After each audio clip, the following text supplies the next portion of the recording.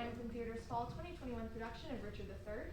While you are here in Anathan Theatre, we ask that there be no eating or drinking unless it is water from a water bottle. We also ask that you refrain from cell phone use, texting, or any photography.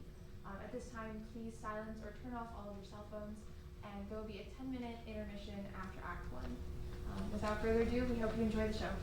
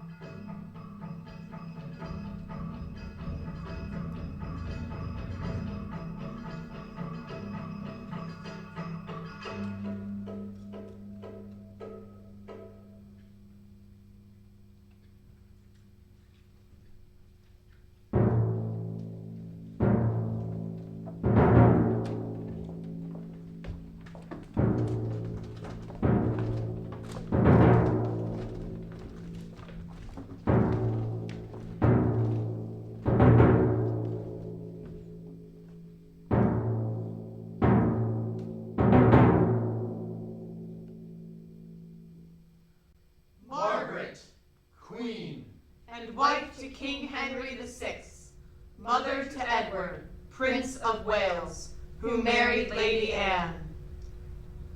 Elizabeth, once Lady Grey, now Queen. And wife to King Edward IV, mother to young Edward, Prince of Wales, mother to young Richard, Duke of York, mother to young Elizabeth. Cecily, Duchess of York, mother to King Edward IV, mother to the now lost Earl of Rutland, mother to George, Duke of Clarence, and, heaven help her, mother of Richard, Duke of Gloucester.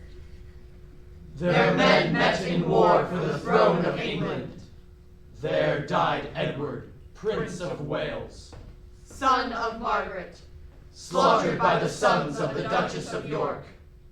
Then died King Henry, husband of Margaret, imprisoned by Edward, slaughtered by Richard.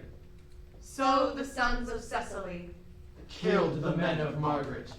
And now, King Edward, with Queen Elizabeth, reign and rule over England. Now, the warring is over. Now, England rejoices. Now, the strife has ended. Now, peace has come at last. Now is the winter of our discontent, made glorious summer by this son of York, and all the clouds that lowered upon our house in the deep bosom of the ocean buried. Now are our brows bound with victorious wreaths, our bruised arms hung up for monuments, our stern alarum changed to merry meetings, our dreadful marches to delightful measures. Grim-visaged war hath smoothed his wrinkled front, and now, instead of mounting barbed steed to fright the souls of fearful adversaries, he capers nimbly in a lady's chamber to the lascivious pleasing of a lute.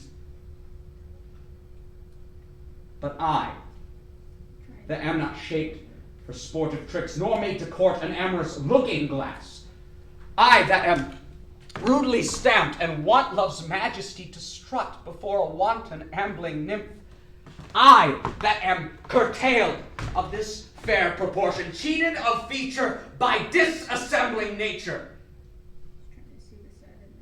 deformed, unfinished, sent before my time into this breathing world scarce half made up.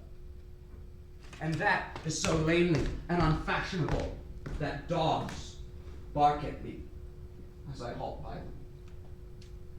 Why, I, in this weak, piping time of peace, have no delight to pass away the time, lest to see my shadow in the sun, and descant on mine own deformity. And therefore, since I cannot prove a lover to entertain these fair, well-spoken days, I am determined to prove a villain and hate the idle pleasures of these days. Plots have I laid, inductions dangerous, with drunken prophecy, libel, and dream, to set my brother Clarence and the king in deadly hate, one against the other. And if King Edward be as true and just as I am subtle, false, and treacherous, this day Clarence should closely be mewed up about a prophecy which says that G of Edward's heirs the murderer shall be. Thy thoughts down to my soul, here Clarence comes. Brother, good day. What means this armored garb that waits upon your grace? His Majesty, tendering my person's safety, hath appointed this conduct to convey me to the tower. Upon what cause? Because my name is George. Alack, my lord, that fault is none of yours. He should for that commit your godfathers. Oh, belike his Majesty hath some intent to see you be new christened in the tower. But what's the matter, Clarence? May I know? Yea, Richard, when I know, for I protest as yet I do not. But, as I can learn, he hearkens after prophecies and dreams, and from the crossroad plucks the letter G, and says a wizard told him that by G his issue disinherited should be. And for my name of George begins with G, it follows in his thought that I am he. These, as I learn, and such like toys as these, hath moved his highness to commit me now. Why, this is it when men are ruled by women. 'Tis not the king that sends you to the tower. My Lady Grey, his wife, Clarence, 'tis she that tempers him to this extremity. Was it not her and that good man of worship, Anthony Woodeville, her brother there, that made them send Lord Hastings to the tower, from which this present day he is delivered? We are not safe, Clarence, we are not safe. By heaven, I think there is no man secure but the queen's kindred. I think it is our way, if we will keep in favor with the king, to be her men and wear her livery. I do beseech your grace to pardon me, and withal forbear your conference with the noble duke. We know thy charge, Brackenbury, and will obey. We are the queen's abjects and must obey. Brother, farewell. I will unto the king, and whatsoe'er you will employ me in, were it to call King Edward's widow's sister, I will perform it to enfranchise you. Meantime, this deep disgrace in brotherhood touches me deeper than you can imagine. I know it pleaseth neither of us well. Well, your imprisonment shall not be long. I will deliver you, or else lie for you. Meantime, have patience. I must. Perforce. Farewell.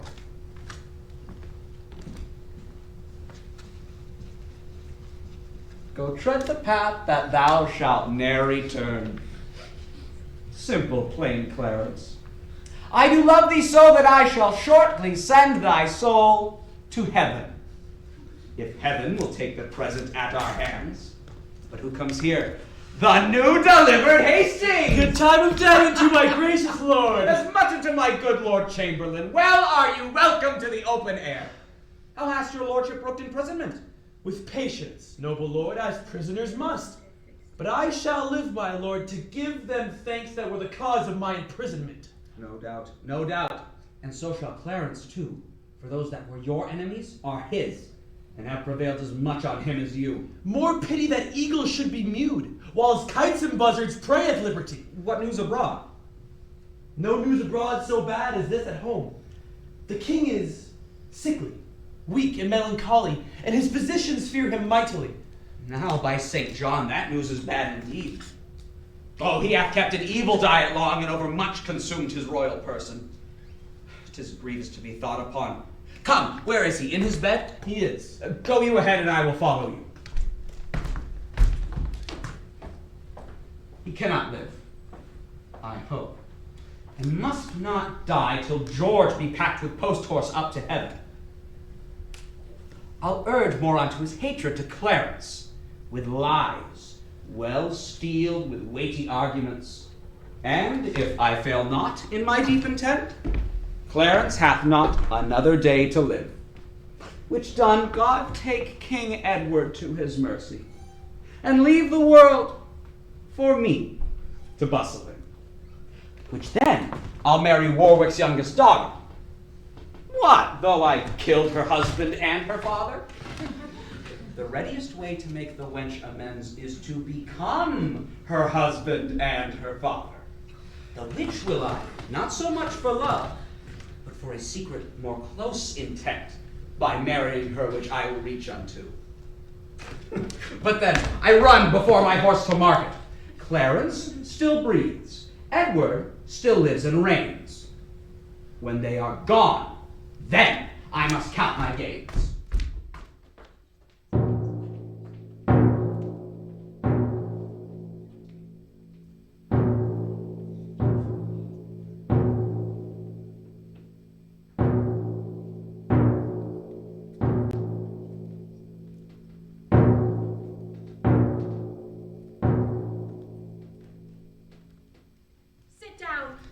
Sit down, your honorable load. Rest you whilst I lament King Henry's course. Poor, key-cold figure of a holy king, pale ashes of the house of Lancaster, thou bloodless remnant of that royal blood, be it lawful that I invocate thy ghost to hear the lamentations of poor Anne, wife to thy Edward, to thy slaughtered son, stabbed by the self-same hand that made these wounds. Oh, cursed be the hand that made these holes! Cursed the heart that had the heart to do it! Cursed the blood that let this blood from hence!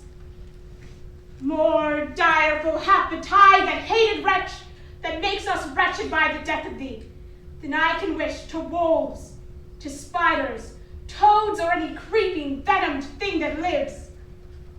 If ever he have wife, let her be made more miserable by the death of him than I am made by my young lord and thee. Come now, towards Chertsey with your holy load, taken from Paul's to be interred there. Stay, you that bear the corse, and set it down! What black magician conjures up this fiend to stop devoted charitable deeds? Villain, set down that corse, or by St. Paul I'll make a corse of him that disobeys. Avaunt, thou dreadful minister of hell! Thou hadst but power over his mortal body. His soul thou canst not have, therefore be gone. Sweet saint, for charity, be not so cursed. Thou devil, for God's sake hence and trouble us not. For thou hast made the happy earth thy hell, filled it with cursing cries and deep exclaims. If thou delight to view thy heinous deeds, behold this pattern of thy butcheries. O God, which this blood makes, revenge his death. O earth, which this blood drinks, revenge his death. Lady, you know no rules of charity, which renders good for bad, blessings for curses. Villain, thou know'st nor law of God nor man, no beast so fierce but knows some touch of pity. But I know none, and therefore am no beast. Oh, wonderful when devils tell the truth. More wonderful when angels are so angry. Vouchsafe, divine perfection of a woman, of these supposed crimes to give me leave by circumstance, but to acquit myself. Vouchsafe, diffused infection of a man, of these known evils but to give me leave, by circumstance to curse thy cursed self. I did not kill your husband. Why then? He is alive. Nay, he is dead, and slain by Edward's hands. Didst thou not kill this king? I grant you. Dost grant me, hedgehog? And God grant me too, thou mayest be damned for that wicked deed. Oh, he was gentle, mild, and virtuous. The better for the King of heaven that hath him. He is in heaven where thou shalt never come. He should thank me that holp to send him thither, for he was fitter for that place than earth. And thou unfit for any place but hell. Yes, one place else, if you will hear me name it. Some dungeon. Your bedchamber. You'll rest betide the chamber where thou liest. So will it, madam, till I lie with you. I hope so. I know so.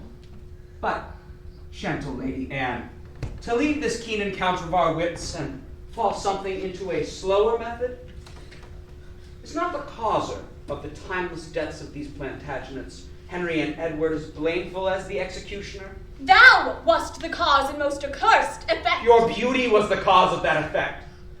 Your beauty that did haunt me in my sleep to undertake the death of all the world, so that I might live 1 hour in your sweet bosom. If I thought that, I'd tell thee, homicide, these nails should rend that beauty from my cheeks. These eyes, dear lady, could not endure thy beauty's wreck. You would not blemish it if I stood by. As all the world is cheered by the sun, so I by that. It is my day, my life. Black night o'ershade thy day, and death thy life. Curse not thyself, fair creature, thou art both. I would I were to be revenged on thee. It is a quarrel most unnatural to be revenged on him that loveth thee. It is a quarrel just and reasonable to be revenged on him that killed my husband. He that bereft thee, lady, of a husband, did it to lead thee to a better husband. His better doth not breathe upon this earth. He loves thee better more than he could. Name him. Plantagenet. Why, that was he. The self-same name, but one of better nature. Where is he? Here. Out of my sight, thou dost infect mine eyes. Thine eyes, sweet lady, have infected mine. Would they were basilisks to strike thee dead. I would they were, that I might die at once, for now they kill me with a living death. Those eyes of thine from mine have drawn salt tears, shamed their aspect with stores of childish drops. These eyes which never shed remorseful tears, thy beauty hath made them blind with weeping. I never sued for friend or enemy. My tongue could never learn sweet smoothing word. But now thy beauty hath proposed my fee. My proud heart sues and prompts my tongue to speak. Teach not thy lips such scorn, for they were made for kissing, dear lady, not for such contempt. If thy revengeful heart cannot forgive, lo, here I lend thee this sharp-pointed sword, which if thou please to lie in this true breast, and lets forth the soul that adoreth thee, I lay it naked to the deadly stroke, and humbly beg death upon my knee. Nay, now dispatch, 'twas I that killed King Henry, but 'twas thy beauty that provoked me. Nay, do not pause, 'twas I that stabbed young Edward, but 'twas thy heavenly face that set me on. Take up the sword again, or take up me. Arise, dissembler. Though I wish thy death, I will not be thy executioner. Then bid me kill myself, and I will do it. I have already. That was in thy range. Speak it again, and even with a word, this hand, which for thy love did kill thy love, shall for thy love kill a far truer love. To both their deaths shalt thou be accessory. I would I knew thy heart. 'Tis figured in my tongue. I fear me both are false. Never was man true. Well, put up your sword. Say now my peace is made. That shalt thou know hereafter. Shall I live in hope? All men, I hope, live so. Vouchsafe to wear this ring. To take is not to give. Look how my ring encompasseth thy finger, even as thy breast encloseth my poor heart. Wear both of them, dear lady, for both of them are thine. And if this poor devoted servant may but beg one favor of thy gracious hand, thou dost confirm his happiness forever. What is it? If it may please you, leave these sad designs with him that hath most cause to be a mourner, and presently repair to Crosby House, where after I have solemnly interred to Chertsey Monastery this noble king, and wet his grave with my repentant tears, will I with all expedient duty see you. For diverse unknown reason, I beseech you, grant me this boon. With all my heart, and much it joys me too, to see you are become so penitent. Bid me farewell. 'Tis more than you deserve, but since you teach me how to flatter you, imagine I have said farewell already.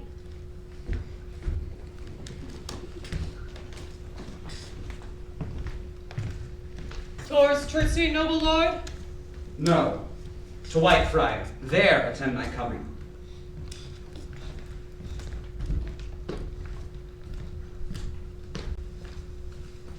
Was ever woman in this humor wooed? Was ever woman in this humor won? I'll have her, but I'll not keep her long. What? I, that killed her husband and his father, to take her heart in its extremest hate, with curses in her mouth, tears in her eye, the bleeding witness of my hatred by, and yet to win her? All the world to nothing? Ha! Hath she forgot already that sweet prince, Edward, her lord, who I, not 3 months since, stabbed in my angry mood at Tewkesbury? A sweeter and a lovelier gentleman this spacious world cannot again afford. And will she yet abase her eyes on me, that cropped the golden prime of this sweet prince, and made her widow to a woeful bed? I do mistake my person all the while. Upon my life she finds, although I cannot, myself to be a marvelous proper man. Albeit charges for a looking glass, or entertain a score or two of tailors to study fashions to adorn my body. Shine out, fair sun, till I have bought a glass, so that I may see my shadow as I pass.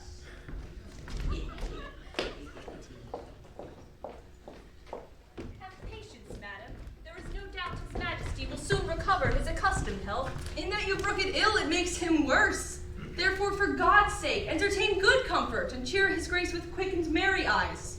If he were dead, what would betide on me? No other harm but loss of such a lord. The loss of such a lord includes all harms. The heavens have blessed you with a goodly son, to be your comforter when he's gone. Ah, he is young, and his minority is put unto the trust of Richard Gloucester, a man that loves not me nor none of you. Is it concluded he shall be protector? 'Tis determined, not concluded yet, but so it must be if the king is carried. Here come the lords of Buckingham and Derby. Good time of day unto your royal grace. God make your majesty joyful, as you have been. Saw you the king today, my lord of Derby? But now the Duke of Buckingham and I are come from visiting his majesty. What's likelihood of his amendment, lord? Madam, good hope. His grace speaks cheerfully. God grant him health. Did you confer with him? Aye, madam. He desires to make atonement between the Duke of Gloucester and your brothers, and between them and my Lord Chamberlain, and sent to warn them to his royal presence. Would all were well, but that will never be. I fear our happiness is at the height. They do me wrong, and I will not endure it. Who is it that complains unto the king that I forsooth am stern and love them not? To who in all this presence speaks your grace? To thee that hath no honesty nor grace. When have I injured thee? When done thee wrong? Brother of Gloucester, you mistake the matter. The king on his own royal disposition, aiming belike at your interior hatred that in your outward action shows itself against my children, brothers, and myself, makes him descend that he may learn the ground of your ill will, and thereby remove it. I cannot tell. This world has grown so bad. Our brother is imprisoned. By your means, my self-disgrace and the nobility held in contempt, while great promotions are daily given to ennoble those who scarce some 2 days since were worth a noble. By him that raised me to this careful height, I never did incense his majesty against the Duke of Clarence, but have been an earnest advocate to plead for him. You deny that you were not the means of my Lord Hastings' late imprisonment? She may, my lord. Oh, she may, Lord Rivers. What may she not? She may I marry, may she? What? Marry, may she? What, marry, may she? Marry with a king, a bachelor, and a handsome stripling, too. You wish your grandam had a worser match. My lord of Gloucester, I have too long borne your blunt upbraidings and your bitter scoffs. By heaven, I will acquaint his majesty of those gross taunts which oft I have endured. What? Threat you mean with telling of the king? Do so, and spare not. Ere you were queen, I, or your husband king, I was a pack horse in his great affairs, a weeder out of his proud adversaries, a liberal rewarder of his friends. To royalize his blood, I spent mine own. In all which time you and your husband Grey were factioned at the house of Lancaster, and Rivers, so were you. Was not your husband in Margaret's battle at St. Albans slain? Let me put it in your mind, if you forget, what you have been ere this, and what you are, wherewithal what I have been, and what I am. A murderous villain, and so still thou art. Poor Clarence did forsake his father Warwick. Aye, and forswore himself to fight on Edward's party for the crown. And for his meed, poor lord, he is mewed up. My lord of Gloucester, in those busy days which here you urge to prove us enemies, we followed then our lord, our sovereign king. So should we you, if you should be our king. If I should be, I'd rather be a peddler. Far be it from my heart the thought thereof. I can no longer hold me patient. Hear me, you wrangling pirates!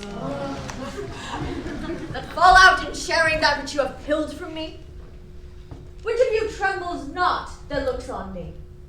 If not, that I am queen, you bow like subjects, yet that by you deposed you quake like rebels. Ah, gentle villain, do not turn away. Foul, wrinkled witch! What makest thou in my sight? Wert not thou banished on the pain of death? I was, but I do find more pain in banishment than death can yield me here by my abode. A husband and a son thou owest me.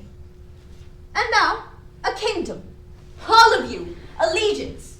This sorrow that I have by right is yours, and all the pleasures you usurp are mine. The curse my noble father laid on thee when thou didst crown his warlike brow with paper, and then with scorn drew rivers from his eyes, and then to dry them gave the Duke a clout steeped in the faultless blood of pretty Rutland. His curses have all fallen upon thee, and God, not we, have plagued thy bloody deeds. So just as God to right the innocent. Oh, 'twas the foulest deed to slay that babe, and the most merciless that e'er was heard of. Tyrants themselves wept when it was reported. No man but prophesied revengefully. Northumberland, then present, wept to see it. What? Were you all snarling before I came, ready to catch each other by the throat, and turn you all your hatred now on me?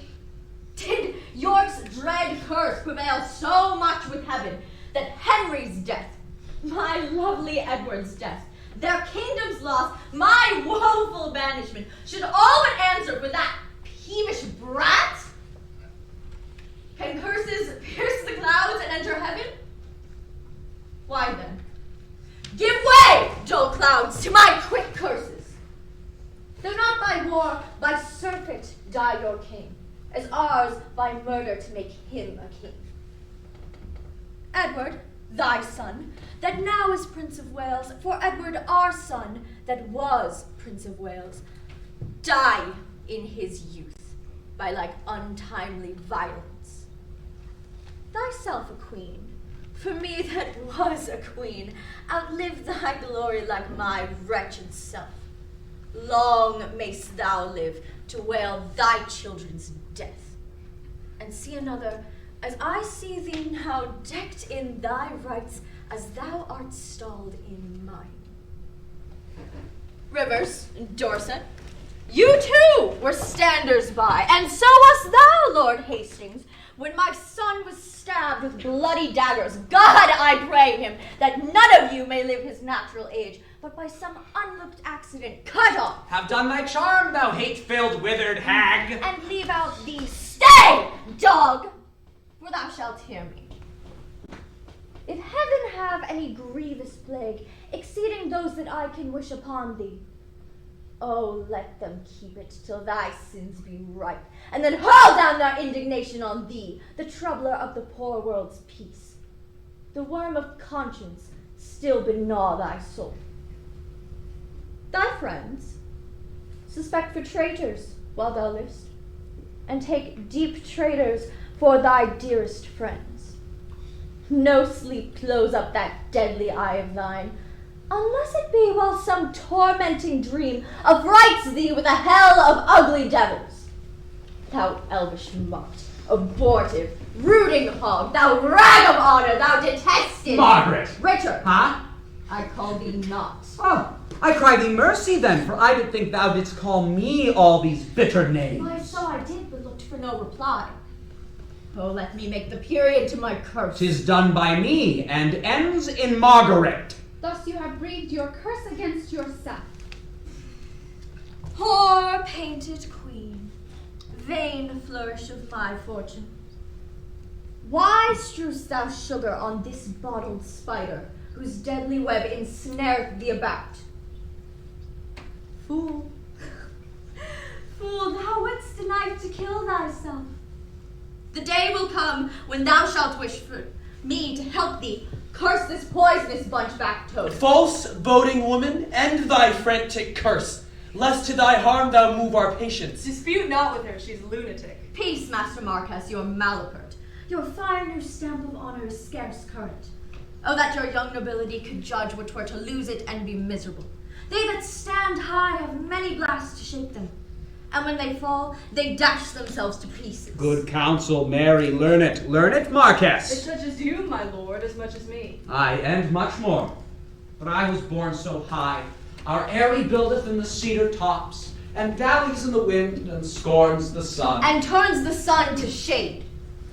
Alas, alas, witness my son now in the shade of death, whose bright outshining beams thy cloudy wrath hath in eternal darkness folded up.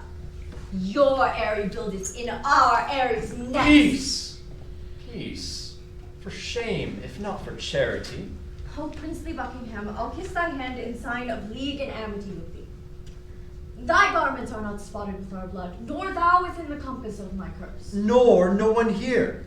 For curses never pass the lips of those that breathe them in the air. O Buckingham, take heed of yonder dog. Look, when he fawns, he bites. And when he bites, his venom tooth will rankle to the death. Have not to do with him. Beware of him. What does she say, my lord of Buckingham? Nothing that I respect, my gracious lord. What? Dost thou scorn my gentle counsel and soothe the devil that I warned thee from? Oh, but remember this another day, when he shall split thy very heart with sorrow and say poor Margaret was a prophetess.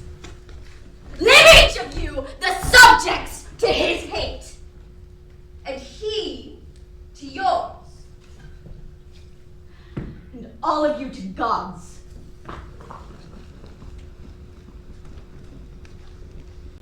My hair doth stand an end to hear her curses. And so doth mine. I muse why she's at liberty. I cannot blame her. By God's holy mother, she hath had much wrong, and I repent my part that I have done to her. I never did her any, to my knowledge.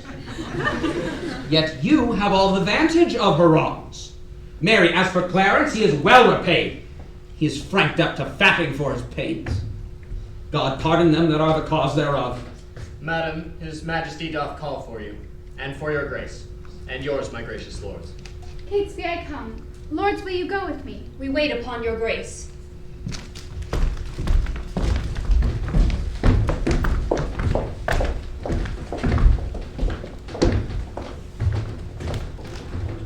I do the wrong, and first begin to brawl. The secret mischief that I set abroach, I lay upon the grievous charge of others.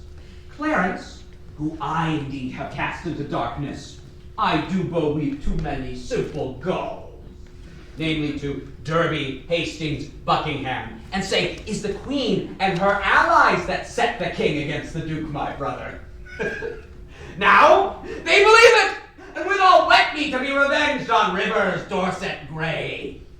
But then I sigh, and with a piece of scripture say God bids us do good for evil. And thus I clothe my naked villainy with odd old ends stolen forth from holy writ, and seem a saint, when most I play the devil. But soft, here come my executioners. How now, my hardy, stout, resolved mates? Are you now ready to dispatch this thing? We are, my lord, and have come to have the warrant that we may be admitted where he is. Well thought upon. I have it here about me.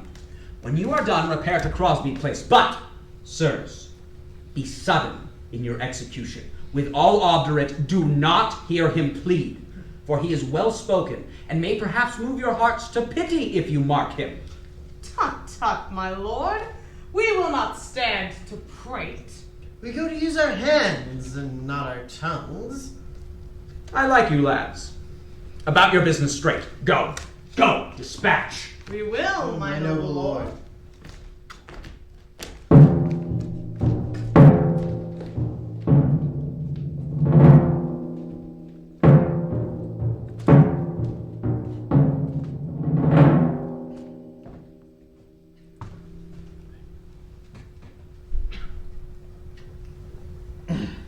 Why looks your grace so heavily today?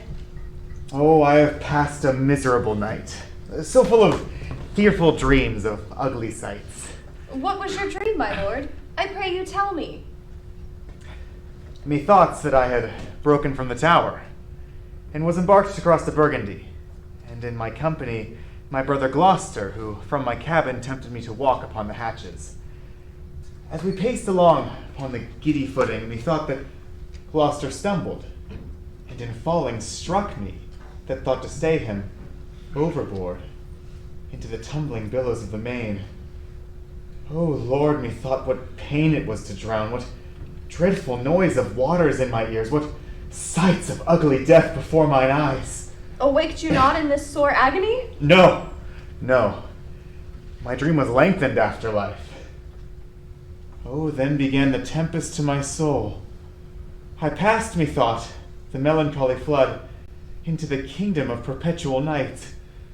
The first that there did greet my stranger soul was my great father-in-law, renowned Warwick, who spake aloud, "What scourge for perjury can this dark monarchy afford, false Clarence?" And so he vanished. Then came wandering by a shadow like an angel with bright hair dabbled in blood, who shrieked aloud, "Clarence is come, false, fleeting, perjured Clarence, who stabbed me in the fields at Tewkesbury. Seize on him, furies, take him into torment." With that methought, a legion of foul fiends environed me, and howled in mine ears such hideous cries that with the very noise I trembling waked, and for a season after could not believe but that I was in hell. Such a terrible impression made my dream. No marvel, lord, though it affrighted you. I am afraid methinks to hear you tell it. Oh, Keeper, I have done these things that now give evidence against my soul, for Edward's sake, and see how he requites me. O God, if my deep prayers will not appease thee, but thou wilt be avenged on my misdeeds, yet execute thy wrath in me alone. O spare my guiltless wife and my poor children. Keeper, I pray thee sit by me a while. My soul is heavy, and I fain would sleep. I will, my lord. God give your grace good rest.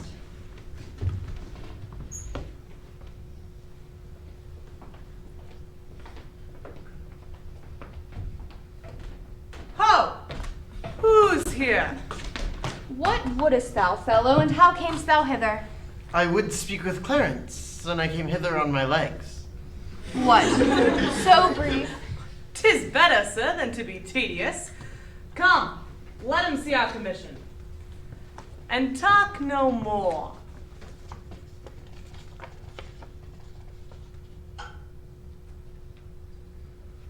I am in this commanded to deliver the noble Duke of Clarence to your hands? I will not reason what is meant hereby, because I will be guiltless from the meaning. There lies the Duke asleep, and there the keys. I'll to the king to signify to him that thus to you I have resigned my charge. You may, sir. 'Tis a point of wisdom. Fare you well.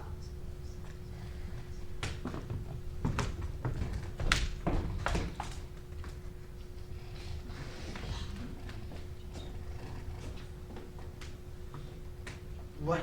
Should I stab him as he sleeps? No! He'll say 'twas done cowardly when he wakes.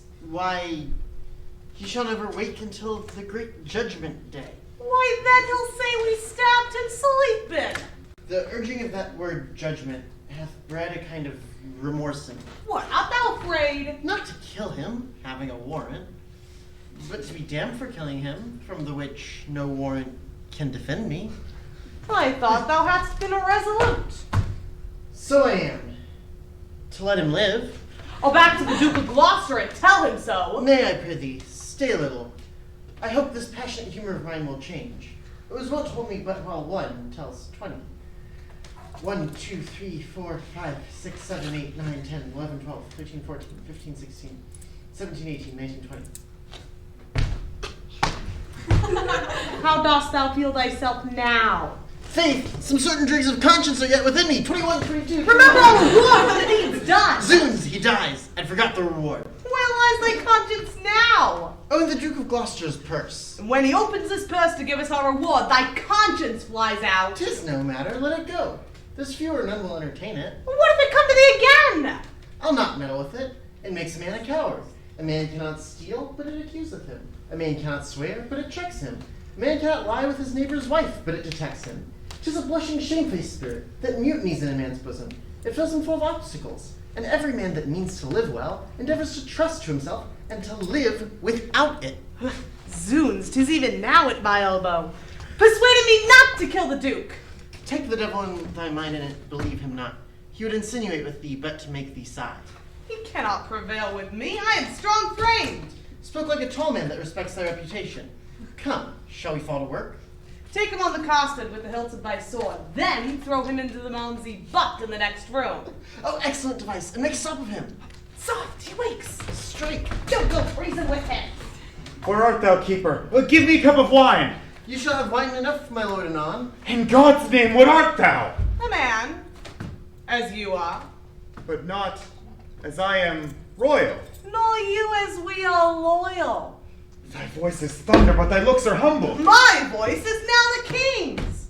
My looks mine own. How darkly and deadly dost thou speak. Your eyes do menace me. Why look you so pale? Who sent you hither? Wherefore do you come? To murder me? Aye. You scarcely have the hearts to tell me so, and therefore cannot have the hearts to do it. Wherein, my friends, have I offended you? Offended us you have not, but the king. I shall be reconciled to him again. Never, my lord. Therefore, prepare to die. Are you drawn forth among a world of men to slay the innocent? What is my offense? Where is the evidence that doth accuse me? The deed you undertake is damnable. What we do upon command. And he that hath commanded is our king. Erroneous vassals, the great King of kings hath in the table of his law commanded that thou shalt do no murder. Will you then spurn at his edict and fulfill a man's? Take heed, for he holds vengeance in his hands to hurl on their heads that break his law. And that same vengeance doth he hurl on thee, for false forswearing and for murder too.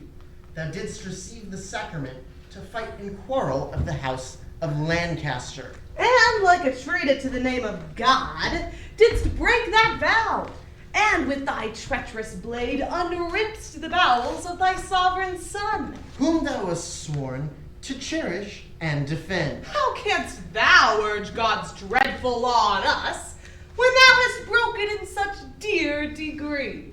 Alas, for whose sake did I that ill deed? For Edward, for my brother, for his sake. If you do love my brother, hate not me. I am his brother, and I love him well. If you are hired for me, go back again, and I will send you to my brother Gloucester, who shall reward you better for my life than Edward will for tidings of my death. You were deceived. Your brother Gloucester hates you. No, he loves me, and he holds me dear. Go you to him for me. Come, you deceive yourself. 'Tis he that sends us to destroy you here. It cannot be. For he bewept my fortune and hugged me in his arms and swore with sobs that he would labor my delivery. Why, so he doth, when he delivers you from this earth's thraldom to the joys of heaven. Make peace with God, for you must die, my lord. Have you that holy feeling in your souls that counsels me to make my peace with God? And are you yet to your own souls so blind that you would war with God by murdering me? What should we do? Relent and save your souls! Relent? No, 'tis cowardly and womanish. Not to relent is beastly, savage, devilish. My friend, I spy some pity in thy looks. Oh, if thine eye be not a flatterer, come on my side and entreat for me. A begging prince, what beggar pities not? Look behind me, my lord. Take that! And that! And if all this will not do, I'll drown you in the Malmsey butt within. A bloody deed, and desperately dispatched. How fain, like Pilate, would I wash my hands of this most grievous murder. How now? What mean'st thou that thou helpst me not? By heavens, the Duke shall know how slack you have been. I would he knew I had saved his brother. Take thou the fee and tell him what I say. For I repent me that the Duke is slain. So do not I. Go, coward as thou art. So I'll hide the body in some hole, so that the Duke give order for his burial. And when I have my need, I will away. For this will out. And then I must not stay.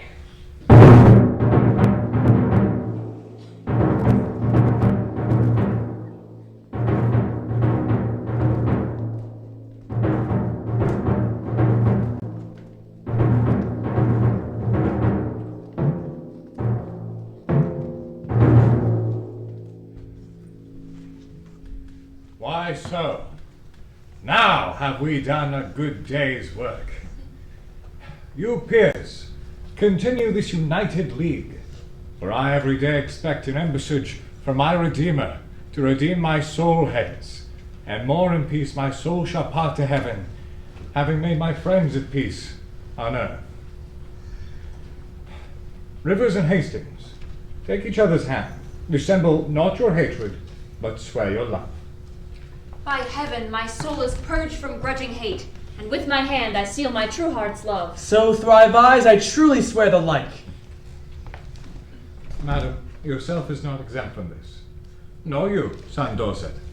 Buckingham, nor you. You have been factious one against the other. Wife, let Lord Hastings kiss your hand, and what you do, do it unfeignedly. There, Hastings, I will never more remember our former hatred, so thrive I and mine. Dorset, embrace him. Hastings, love Lord Marquess. This interchange of love I here protest, upon my part, shall be inviolate. And so swear I. Now, Princely Buckingham, seal thou this league with thy embracement to my wife's allies, and make me happy in your unity. Whenever Buckingham doth turn his hate upon your grace, but with all duteous love doth cherish you in yours, God punish me with hate in those where I expect most love. A pleasing cordial, Princely Buckingham, is this thy vow unto my sickly heart. There wanteth now our brother Gloucester here, to make the blessed period of this peace. And in good time, here comes Sir William Catesby and the Duke. Good morrow, my most sovereign king and queen, and princely peers. A happy time of day. Happy indeed as we have spent the day. Gloucester, we have done deeds of charity, made peace of enmity, fair love of hate between these swelling, wrong-incensed peers. A blessed labor, my most sovereign lord. 'Tis death to me to be at enmity. I hate it, and desire all good men's love. First, madam, I will entreat true peace with you, which I will purchase with my duteous service.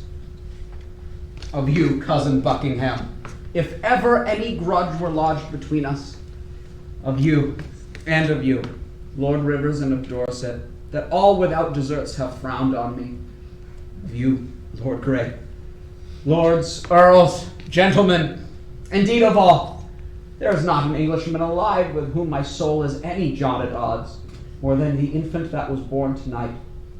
I thank God for my humility. A holy day shall this be kept hereafter. I would to God all strifes were well compounded. My sovereign lord, I do beseech your highness to take our brother Clarence to your grace. Why, madam, Have I offered love for this? To be thus flouted in this royal presence? Who knows not that the gentle Duke is dead? You do him injury to scorn his course. Is Clarence dead? But the order was reversed. But he, poor lord, by your first order died, and that a winged Mercury did bear. Some tardy cripple bared the countermand and came to lag to see him buried. My brother killed no man. His sin was thought, yet his punishment was bitter death. Who sued to me for him?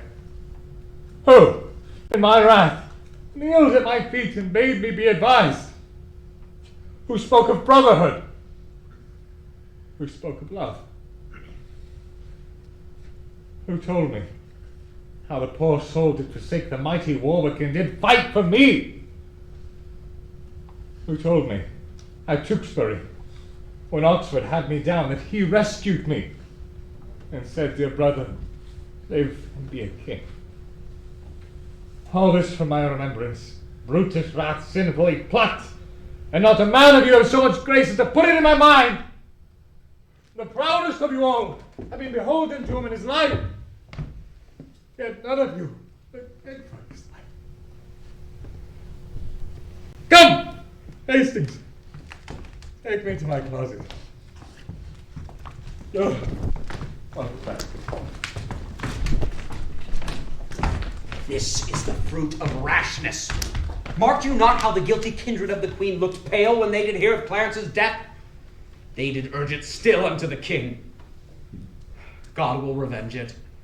Come, lords, will you come with me to comfort Edward in our company? We wait upon your grace.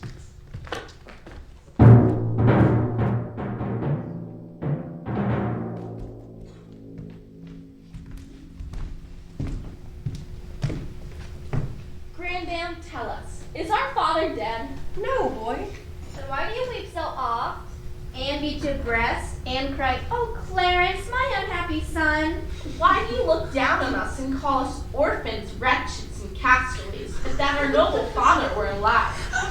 My pretty cousins, you mistake me both. I do lament the sickness of the king, as loath to lose him, not your father's death. It were lost sorrow to wail one that's lost. Then you conclude, Grandam, he is dead. The king, mine uncle, is to blame for it. The king doth love you well. You cannot guess who caused your father's death. Grandam, we can. For my good uncle Gloucester told me that the king, provoked to it by the queen, devised impeachments to imprison her.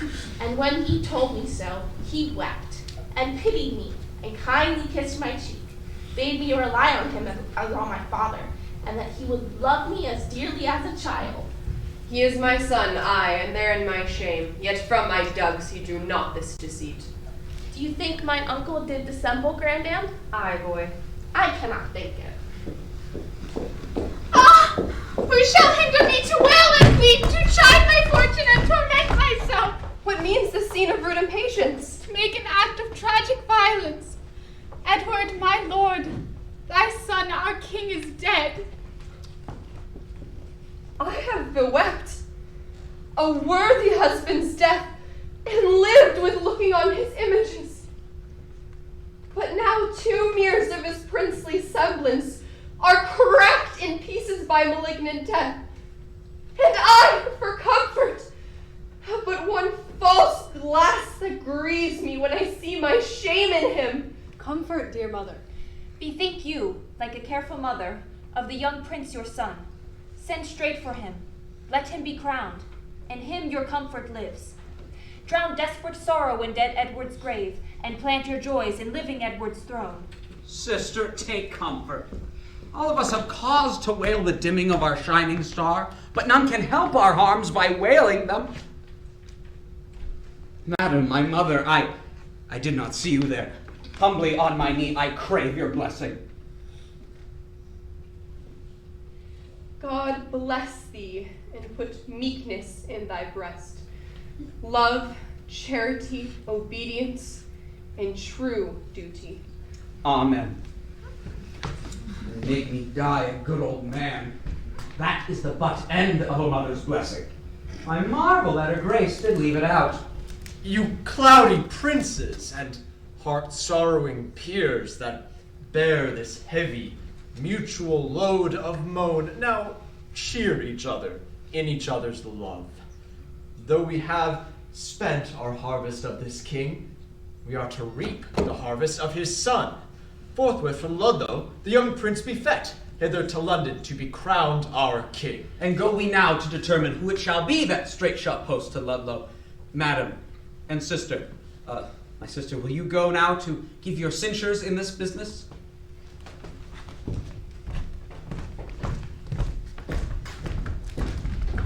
My lord, whoever journeys to the prince, for God's sake, let not us two stay at home. For by the way I'll sort occasion as index to the story we late talked of. To part the queen's proud kindred from the prince. My other self, my council's consistory, my oracle, my prophet, my dear cousin, I as a child will go by thy direction. To Ludlow then, or will not stay behind.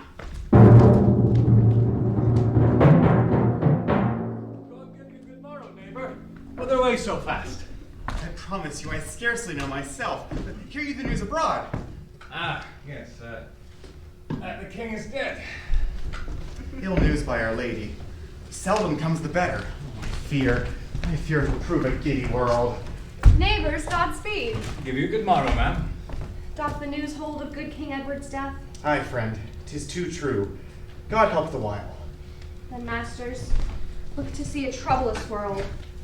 No, by God's grace, the king's son shall reign.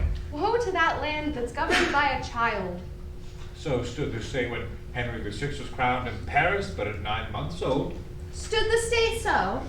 No, good friends, God wot. For then this land was famously enriched with politic grave counsel. Then the king had virtuous uncles to protect his grace. Oh, full of danger is the Duke of Gloucester, and the queen's sons and brothers hot and proud. Come. We worry too much. All will be well. All may be well, but if God sort it so, 'tis more than we deserve, or I expect.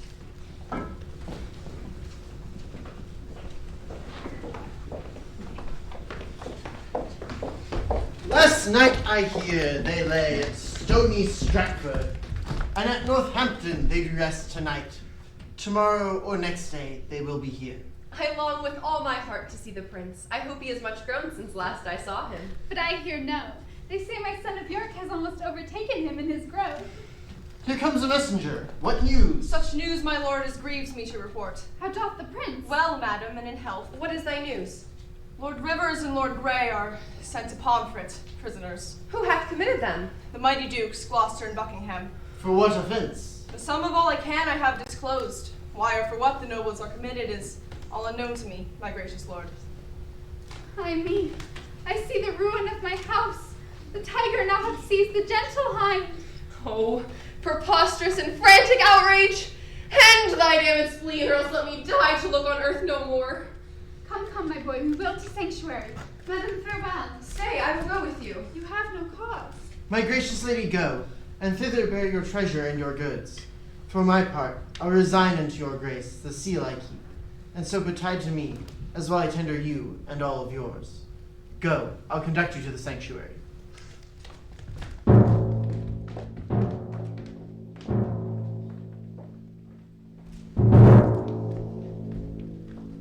Welcome, sweet prince, to London, to your chamber. Welcome, noble cousin, our thoughts sovereign. The weary way hath made you melancholy. No, uncle, but our crosses on the way have made it tedious, wearisome, and heavy. I want more uncles here to welcome me. Sweet prince, the untainted virtue of your years hath not yet dived into the world's deceit. Those uncles that you want were dangerous. Your grace attended to their sugared words, but looked not on the poison of their hearts. God keep you from them, and from such false friends. God keep me from false friends, but they were none. My lord, the mayor of London comes to greet you. God bless your grace, with health and happy days. I thank you, good my lord, and thank you all. I thought my mother and my brother York would long ere this have met us on the way. Fie, what a slug is Hastings, that he comes not to tell us whether they will come or no. And in good time. Here comes the sweating lord. Welcome, my lord. What, will our mother come? On what occasion, God he knows, not I, the queen your mother and your brother York have taken sanctuary.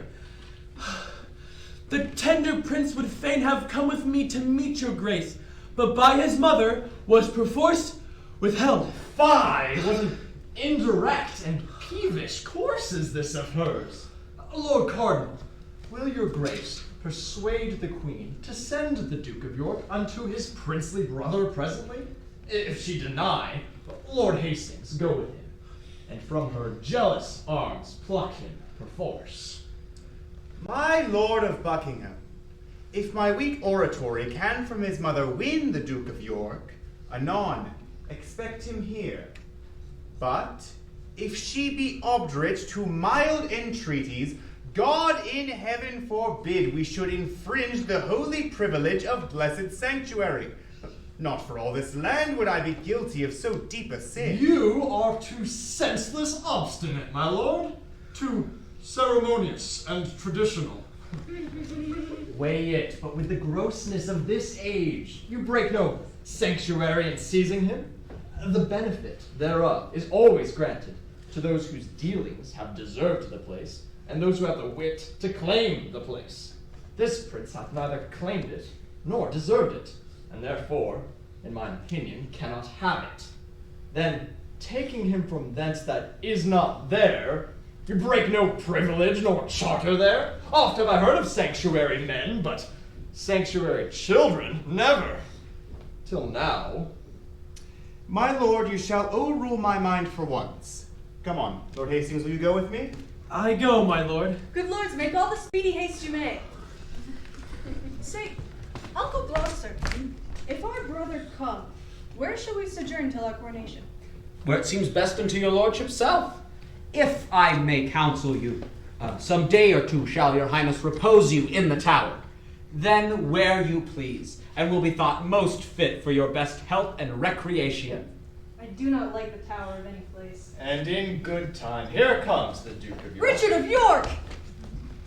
How fares our loving brother? Well, my dread lord, so I must call you now. Aye, brother, to our grief as it is yours. Too late he died that might have kept that title, which by his death hath lost much majesty. How fares our cousin, noble Lord of York? I thank you, gentle uncle. My lord, 'twill please you pass along, myself and good cousin Buckingham, will to your mother to entreat to her to meet you at the tower and welcome you. What? Will you go into the tower, my lord? My lord protector needs will have it so. I shall not sleep in quiet at the tower. Why, what should you fear? Mary, my Uncle Clarence' angry ghost? My grandam tells me he was murdered there. I fear no uncle's dead. Nor none that live, I hope. And if they live, I hope I need not fear. But come, my lord, with a heavy heart, thinking on them, go I into the tower. Come hither, Catesby. Thou art sworn as deeply to effect what we intend, as closely to conceal what we impart. Thou knowest our reasons, urged upon the way. What thinkest thou? Is it not an easy matter to make William Lord Hastings of our mind? For the installment of this noble duke in the seat royal of this famous isle. He for his father's sake so loves the prince, that he will not be one to aught against him. What thinkst thou then of Stanley? Will not he? He will do all in all as Hastings doth. Well, then, 'tis but this. Go, gentle Catesby, and as it were far off, sound thou Lord Hastings how he doth stand affected to our purpose, and summon him tomorrow to the tower to sit about the coronation. If thou dost find him tractable to us, encourage him, and give him all our reasons. If he be leaden, icy, cold, unwilling, be thou so too, and so break off the talk, and give us notice of his inclination. For we tomorrow hold divided councils, wherein thyself shalt highly be employed.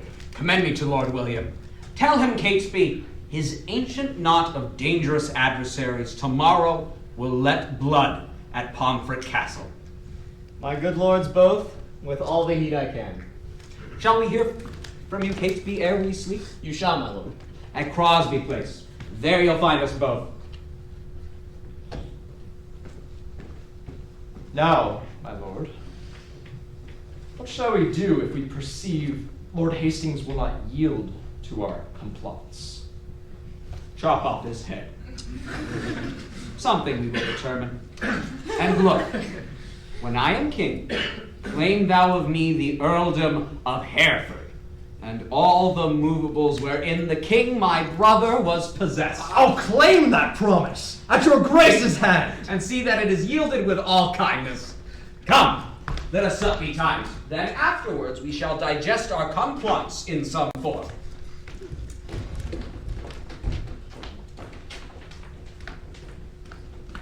My lord, my lord. Who knocks? One from the Lord Stanley. What is it o'clock? Upon the stroke of 4. Cannot my Lord Stanley sleep these tedious nights? So it appears, by that I have to say. First, he commends him to your noble self. What then? Then certifies your lordship that this night he dreamt the boar had razed off his helm. Besides, he says that there are 2 councils kept, and that may be determined at the one which may make you and him to rue at the other. Therefore, he sends to know your lordship's pleasure, if you will presently take horse with him, and with all speed post to the north, to shun the danger his soul divines. Go, fellow, go. Return unto thy lord. Bid him not fear the separated council. His honor and myself are at the one, and at the other is my good friend Catesby, where nothing can proceed that toucheth us, whereof I shall not have intelligence. Tell him, his fears are shallow, without instance. And as for his dreams, I wonder he's so simple to trust the mockery of unquiet slumbers. Go, bid thy master rise and come to me, and we will both together to the tower, where he shall see the boar will use us kindly. I'll go, my lord, and tell him what you say.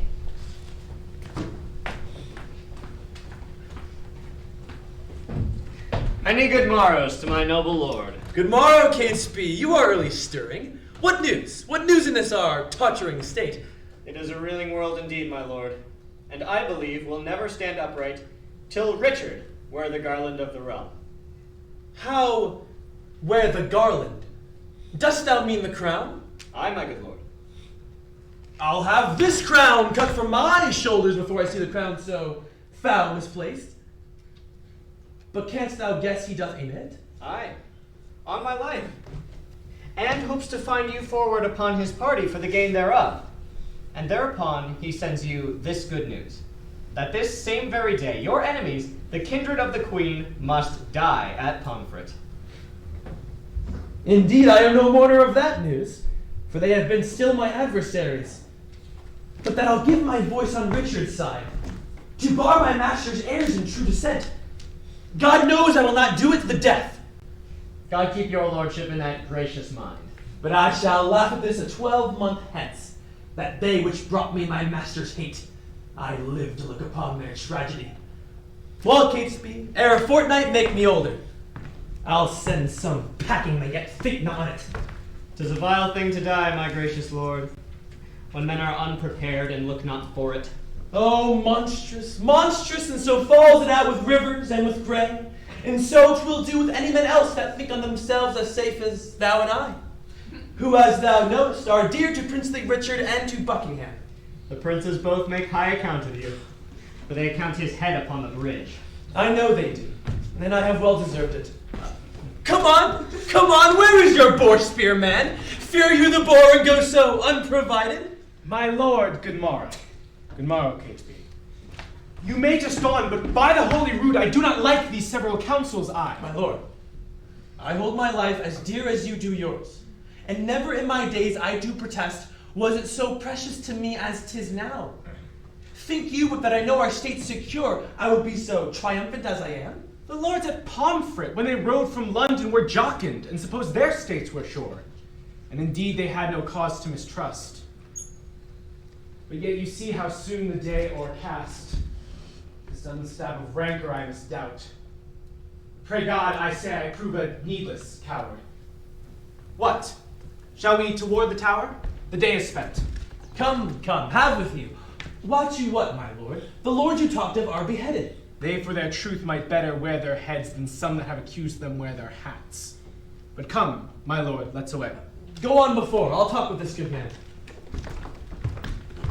Well met, my lord. I'm glad to see your honor. I thank thee, good Sir John, with all of my heart. I am in debt for your last exercise. Come the next Sabbath, and I will content you. I'll wait upon your lordship.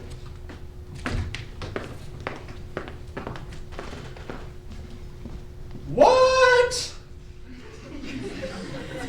Talking with a priest, Lord Chamberlain? Your friends at Pomfret, they do need the priest. Your honor hath no shriving work in hand.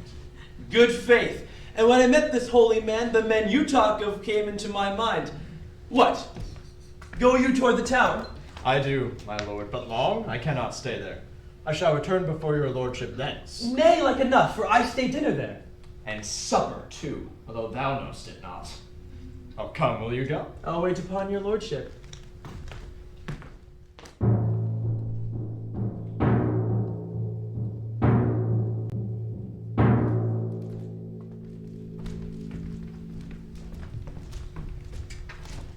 Sir Richard Ratcliffe, let me tell thee this. Today shalt thou behold a subject die, for truth, for duty, and for loyalty. God bless the prince from all the pack of you, and not you are damned bloodsuckers. Dispatch.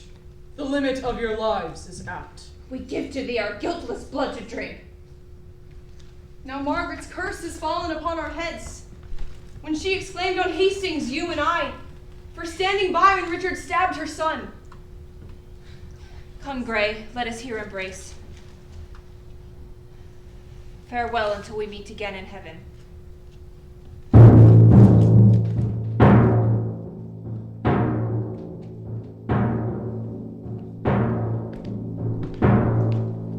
Now, noble peers, the cause why we are met is to determine of the coronation.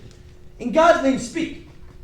When is the royal day? Is all things ready for the royal time? It is, and wants but nomination. Tomorrow, then, I judge a happy day. Who knows the Lord Protector's mind herein? Who is most inward with the noble Duke? Your Grace, we think, should soonest know his mind. We know each other's faces. For our hearts, he knows no more of mine than I of yours, nor I of his, my lord, than you of mine. Lord Hastings, you and he are near in love. I thank his grace. I know he loves me well. But for his purpose in the coronation, I have not sounded him, nor he delivered his gracious pleasures any way therein. But you, my honorable lords, may name the time, and in the Duke's behalf I'll give my voice, which I presume he'll take in gentle part. In happy time, here comes the Duke himself. My noble lords and cousins, all good morrow. I've been a long sleeper, but I trust my absence doth neglect no great design, which by my presence might have been concluded. Had you not come upon your cue, my lord, William Lord Hastings had pronounced your part. I mean your voice for crowning of the king. Then my Lord Hastings, no man might be bolder. His lordship knows me well and loves me well. My lord of Ely, last I was in Olban, I saw good strawberries in your garden there. I do beseech you, send for some of them. Marion will, my lord, with all my heart. Cousin of Buckingham, a word. Catesby hath sounded Hastings in our business, and finds the testy gentleman so hot, he will lose his head. Ere give consent, the master's child, as worship thee he terms it, shall lose the royalty of England's throne. Withdraw yourself a while. I'll go with you. We have not yet set down this day of triumph. Tomorrow in my judgment is too sudden, for I myself am not so well provided, as else I would be, were the day prolonged.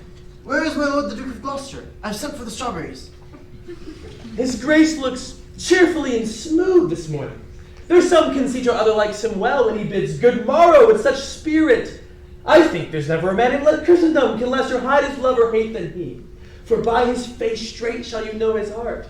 What if his heart perceive you in his face by any livelihood he showed today? Marry, that with no man here he is offended. For if he were, he has shown it in his looks. I pray you all, tell me what they deserve that do conspire my death with devilish plots and have prevailed upon my body with their hellish charms. The tender love I bear your grace, my lord, makes me most forward in this princely presence. To doom the offenders, whosoe'er they be, I say, my lord, they deserve a death. Then be your eyes the witness of their evil. Look how I am bewitched. Behold, my arm is like a blasted sapling withered up.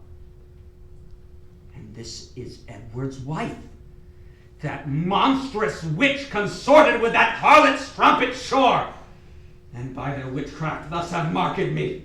If they have done this... If the protector of that damned strumpet talks to me of ifs, thou art a traitor. Off with his head! Now by St. Paul, I swear I will not dine until I see the same. Ratcliffe, look that it be done. The rest that love me, follow me.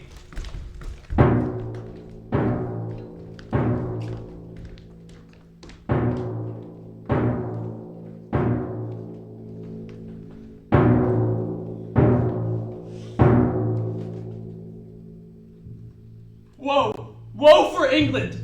Not a whit for me. For I, too fond, might have prevented this. Stanley did say the boar did raise his helm, and I did scorn it in disdain to fly.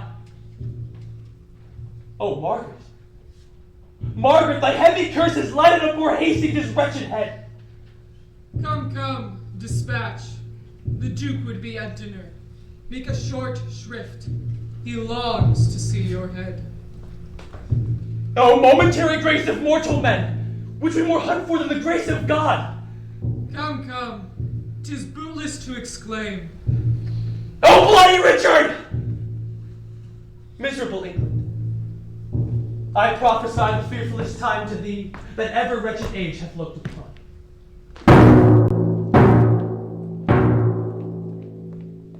Come, cousin. Canst thou quake and change thy color? Murder thy breath in the mid. Deliver word, and then begin again, and stop again, as if thou wert distraught and mad with terror. I can play the deep tragedian. Speak and look back and pry on every side, tremble and start at the wagging of a straw, intending deep suspicion. Ghastly looks are at my enterprise, like enforced smiles. And each is ready in its office at any time to grace my stratagems. But what, is Catesby gone? He is. And see, he brings the mayor along. Lord Mayor! Look to the drawbridge, there! Hark, and wrong! Catesby, overlook the wall! Look back! Defend me! God Here and our are innocents! enemies! Defend and guard us! Ah! It is a friend! Ratcliffe, what news? Here is the head of the ignoble traitor, the dangerous and unsuspected Hastings. So dear I love the man that I must weep. I took him for the plainest harmless creature that walked upon the earth. A Christian. Made him my book, wherein my soul recorded all her secret thoughts. Well, he was the covert, sheltered traitor that ever lived.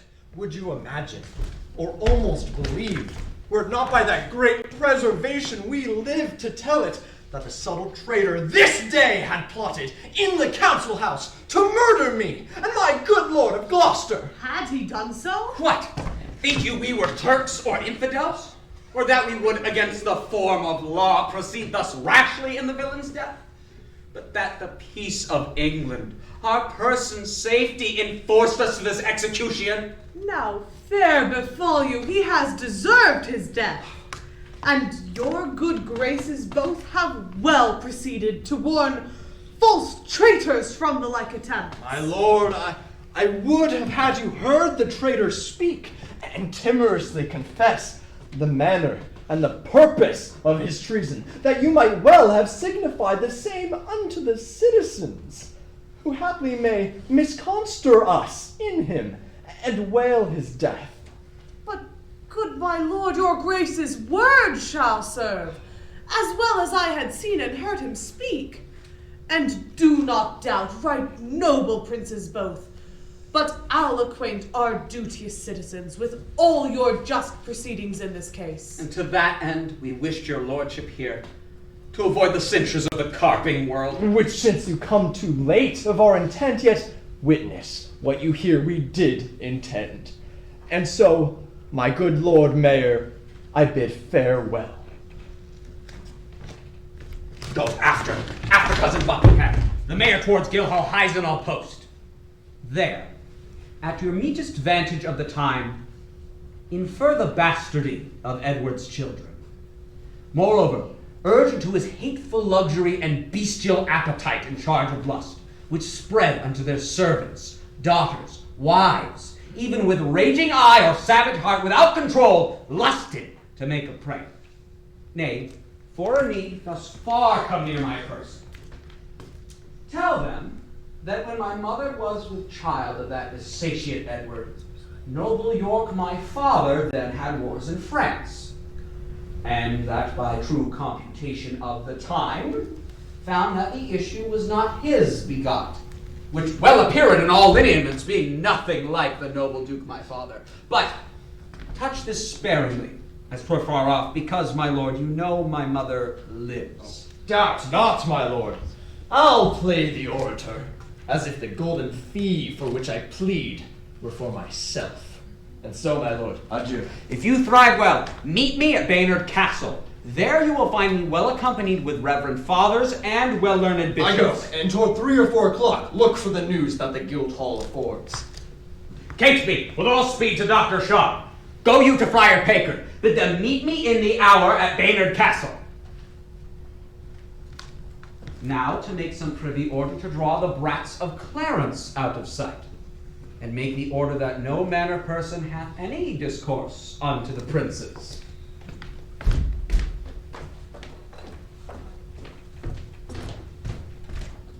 Here is the indictment of the good Lord Hastings.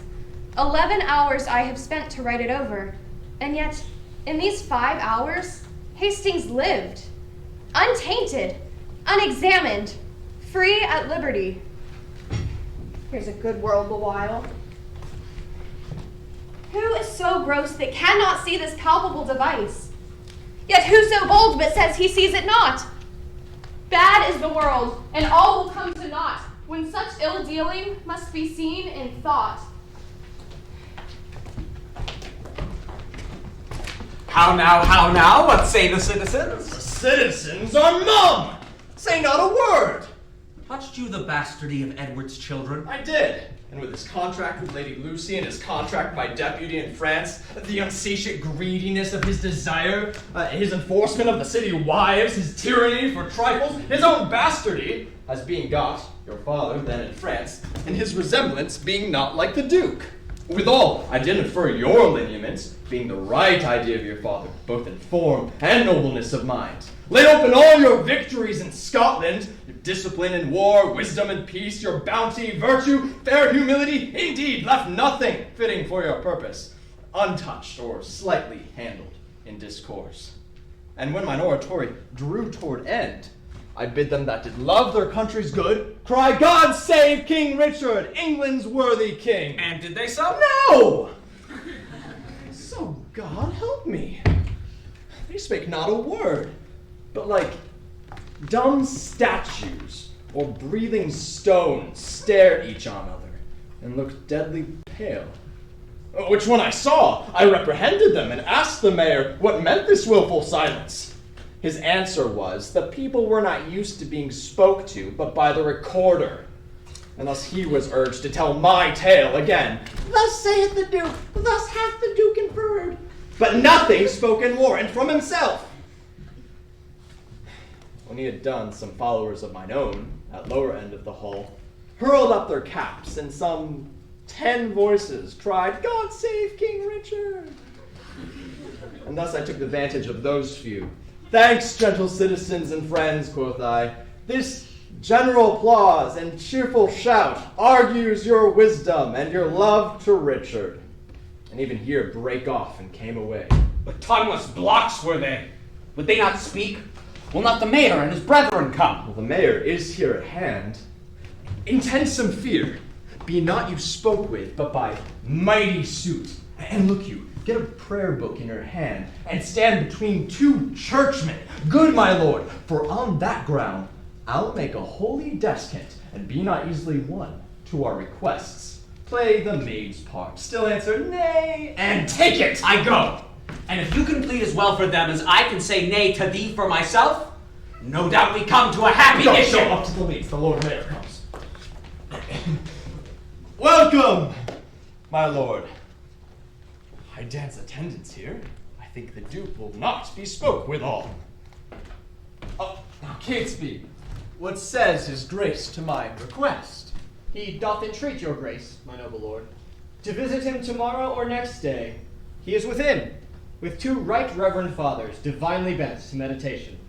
And in no worldly suits would he be moved to draw him from his holy exercise. Return, good Catesby, to the gracious Duke, and tell him myself, the mayor and aldermen, in deep designs, in matters of great moment, no less important than our general good, are come to have some conference with his grace. I'll signify so much unto him straight. Ha ha, my lord! This prince is not an Edward. He is not lolling on a lewd love bed, but on his knees at meditation. Not dallying with a brace of courtesans, but meditating with two deep divines. Not sleeping to engross his idle body, but praying to enrich his watchful soul. Happy were England! Would this virtuous prince take on his grace the sovereignty thereof? But sure, I fear we shall not win him to it. Marry, God defend his grace should say us nay. I fear he will. Oh, here Catesby comes again. Now, Catesby, what says his grace? He wonders to what end you have assembled such troops of citizens to come to him, his grace not being warned thereof before. He fears, my lord, you mean no good to him. Oh, well, sorry I am that my noble cousin should suspect me that I mean no good to him. Oh, by heaven, we come to him in perfect love, and so once more return and tell his grace. When holy and devout religious men are at their beads, 'tis much to draw them thence. So sweet is zealous contemplation. See where his grace stands, 'tween two clergymen. Two props, a virtue to know, a Christian prince to stay him from the fall of vanity. And see, a book of prayer in his hand. True ornaments to know a holy man. Famous Plantagenet, most gracious prince, lend a favorable ear to our requests, and pardon us the interruption of thy devotion and right Christian zeal. My lord, there needs no such apology.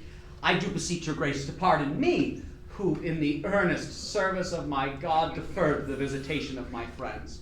But leave this. What is your grace's pleasure?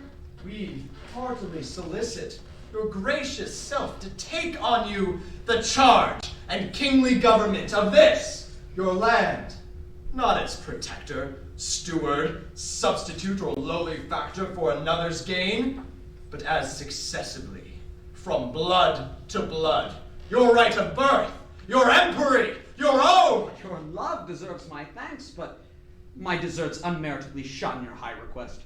God be thanked, there is no need of me, as much as I would help you were there need. The royal tree hath left us royal fruit, which mellowed in the stealing hours of time will well become the seat of majesty. On him I lay that you would lay on me the right and fortune of his happy stars, which God forbid that I should wring from him. My lord, you say that Edward is your brother's son, so say we too, but not by Edward's wife. For first was he contract to Lady Lucy, your mother lives, a witness to his vow, and afterwards by substitute betrothed to Bona, sister to the King of France. Well, these two put off a poor petitioner, A care-crazed mother with a many sons, a beauty waning and distressed widow, even on the afternoon of her best days, made prize and purchase of his wanton eye, seduced the pitch and height of his degree to base declension and loathed bigamy. By her, in his unlawful bed, he got this Edward, whom our manners call the Prince. More bitterly could I expostulate. Save that, for reverence to some alive, I give a sparing limit to my tongue. Then, good my lord, take to yourself this proffered benefit of dignity, if not to bless us and the land withal, yet to draw forth thy noble ancestry from the corruption of abusing times to a lineal, true derived course. Do good, my lord, your citizens entreat you. Refuse not, mighty lord, this proffered love. Oh, make them joyful. Grant their lawful suit. Alas, why would you heap this care on me? I am unfit for state and majesty. I do beseech you, take it not amiss. I cannot nor will not yield to you. If you refuse it, as in love and zeal loath to depose the child, your brother's son, know, whether you accept our suit or no, your brother's son shall never reign our king, for we will plant some other on the throne to the disgrace and downfall of your house. And in this resolution, here I leave you. Come, citizens. Zoons, I'll increase no more. Please do not swear, my lord of Buckingham. Call them again, sweet prince. Accept their suit. If you deny them, all the land will rue it. Will you heap a world of care on me? Call them again. I am not made of stone, but penetrable by your kind entreaties. Albeit against my conscience and my soul. Cousin of Buckingham and sage grave men, since you will buckle fortune on my back to bear her burden whether I will or no, I must have patience to endure the load. But if black scandal or foul-faced reproach attend the sequel of your imposition, your mere enforcement shall acquittance me from all the impure blots and stains thereof. For God doth know, and you may partly see, how far I am from the desire of this. God bless your grace. We see it and will say it. In saying so, you shall but say the truth. Then I salute you with this royal title. Long live Richard, England's worthy king! Amen? Amen! Amen! Amen! Amen! Tomorrow, will it please your grace, be crowned? Even if you please, for you will have it so. Tomorrow, then, we will attend your grace, and so most joyfully we take our leave. Come, let's to our holy work again. Farewell, cousin. Farewell, gentle friends.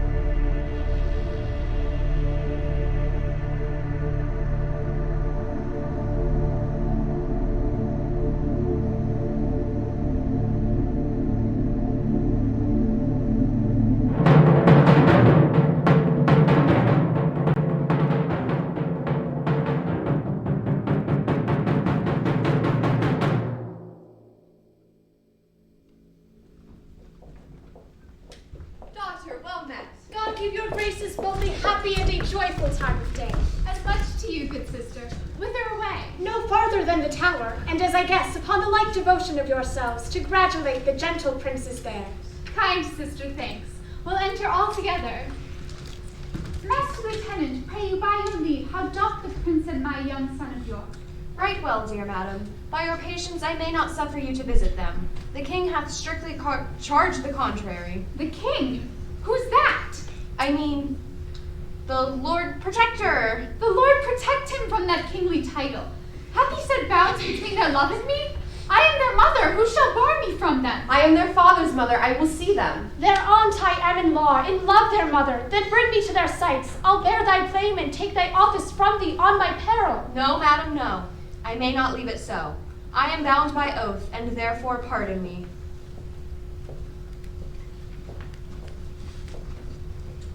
Let me but meet you ladies 1 hour hence, and I'll salute your grace of York as mother and reverend looker-on of 2 fair queens.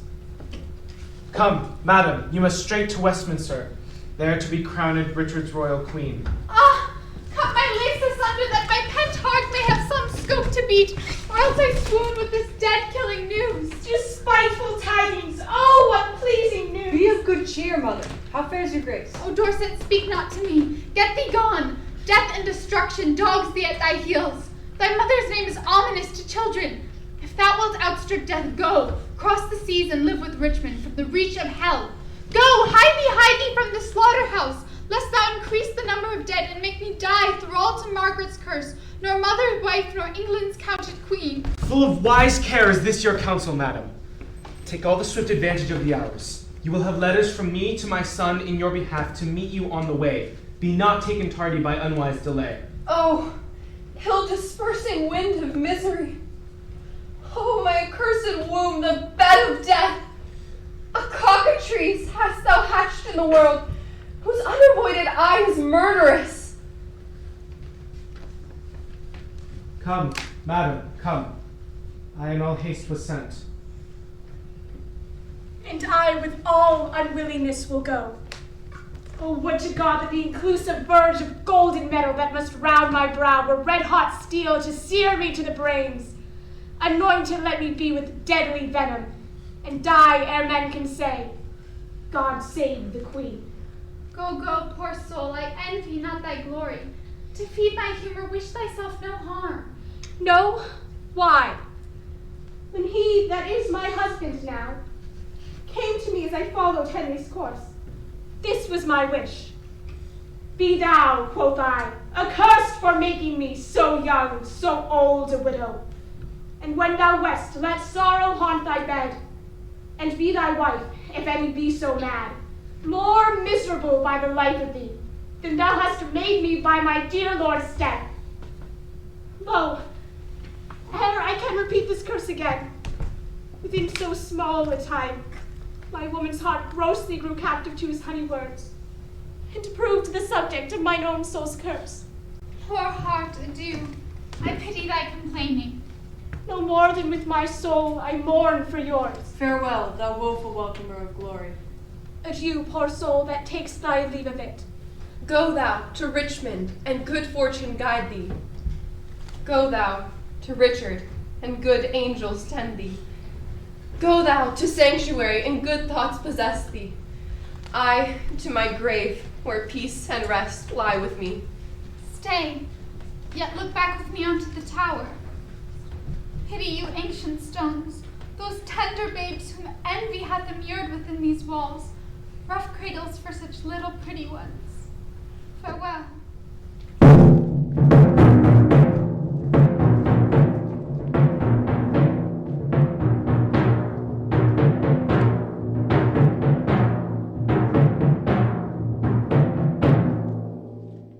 Stand all apart. Cousin of Buckingham, My sovereign lord. give me thy hand.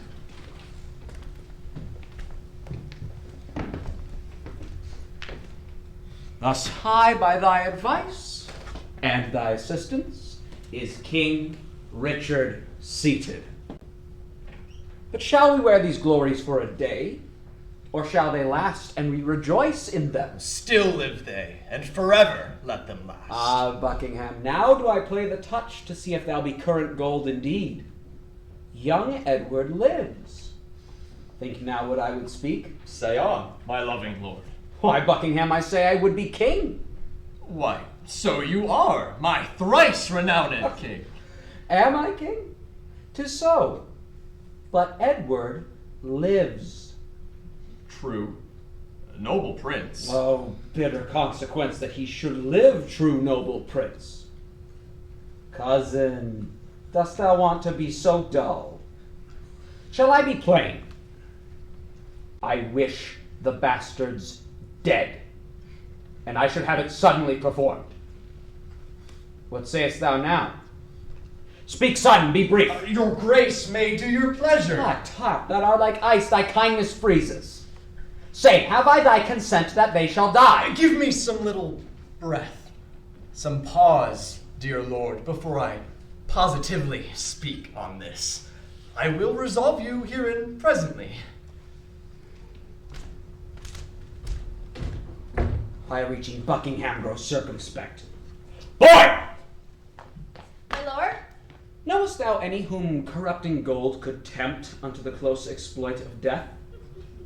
I know a discontented gentleman whose humble means match not his haughty spirit. Gold were as good as 20 orders, and will, no doubt, tempt him to anything. What is his name? His name, my lord, is Tyrrell. I partly know the man. Go, call him hither, boy!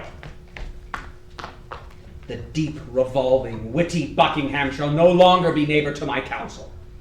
What, hath he held out so long, and stops he now for breath? Be it so. How now, Lord Stanley, what's the news? No, my loving lord. Marcus Dorset, as I hear, is fled to Richmond in the parts where he abides. Come hither, Catesby. Rumor it abroad that Anne, my wife, is grievous sick. I will take order to keep her close. Look how thou dreamest, I say again. Give word that Anne, my queen, is sick and like to die. About it. I must be married to my brother's daughter, or else my kingdom stands on brittle glass. What? Murder her brothers, then marry her? Uncertain way of gain. But I am so far in blood that sin shall pluck on sin. Tear-falling pity dwells not in this eye. Is thy name Tyrrell? James Tyrrell, and your most obedient subject. Art thou indeed? Prove me, my gracious lord. Dost thou resolve to kill a friend of mine? Please you, but I had rather kill 2 enemies. Why then thou hast it. 2 deep enemies. Foes to my rest and my sweet sleep's disturbers are they that I would have ye deal upon. Tyrrell, I mean those bastards in the tower. Let me have open means to come to them, and I'll soon rid you of the fear of them. Thou sing sweet music to my ears. Hark, come hither, Tyrrell. Go by this token. Rise and lend thine ear. There's no more but so. Say it is done, and I will love thee and prefer thee for it. I will dispatch it straight.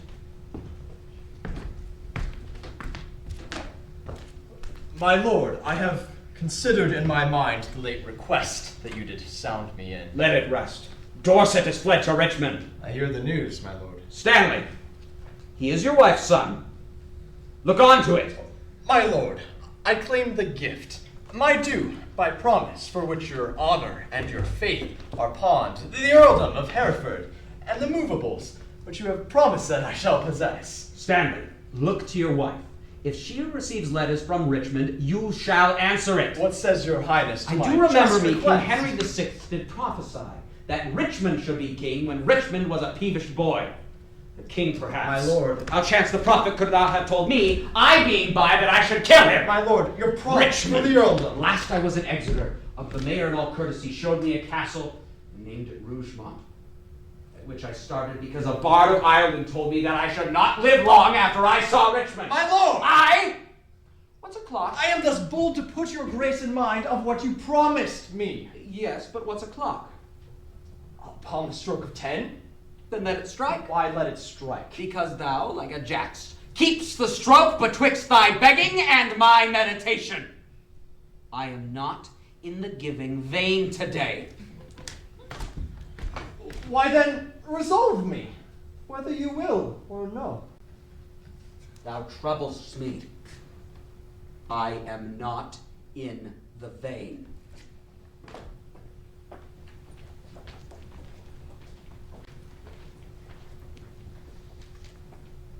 And is it thus? Repays he my deep service with such contempt? Made I him king for this? Let me think on Hastings, and be gone to Brecknock while my fearful head is on.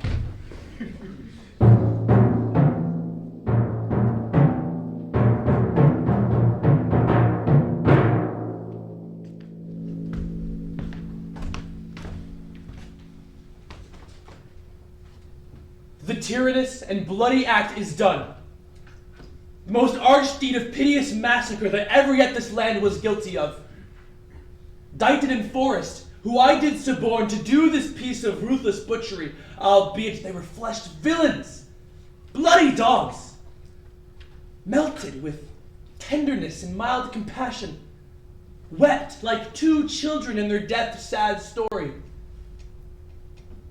We smother the most replenished sweet work of nature, that from the prime of creation ere she framed.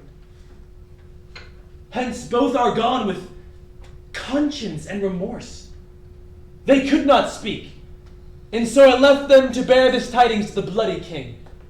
And here he comes. All health, my sovereign lord. Kind Tiro, am I happy in thy news? If to have done the thing you gave in charge beget your happiness, be happy then, for it is done. But didst thou see them dead? I did, my lord. And buried, gentle Tiro? The chaplain of the tower hath buried them, but where, to say the truth, I do not know. Come to me, Tiro, soon at after supper, when thou shalt tell the process of their deaths. Meantime, but think how I may do thee good, and be the inheritor of thy desires. Farewell till then. I humbly take my leave. The son of Clarence have I pent up close. His daughter meanly have I matched in marriage. The sons of Edward now sleep in Abraham's bosom. And Anne, my wife, hath bid this world good night. Now, for I know the Breton Richmond aims on Elizabeth, and by that knock looks proudly on the crown. To her I go, a jolly, thriving wooer. My lord. Good or bad news that thou comes in so bluntly? Bad news, my lord. Wharton is fled to Richmond, and Buckingham, backed with the hardy Welshman, is in the field, and still his power increaseth. Dealing with Richmond troubles me deeper than Buckingham and his rash-levied strength. Go! Muster the men! My counsel is my shield. We must be brief when traitors brave the field. So now, prosperity begins to mellow, and drop into the rotten mouth of death. Here in these confines slyly have I lurked to watch the wailing of mine enemies.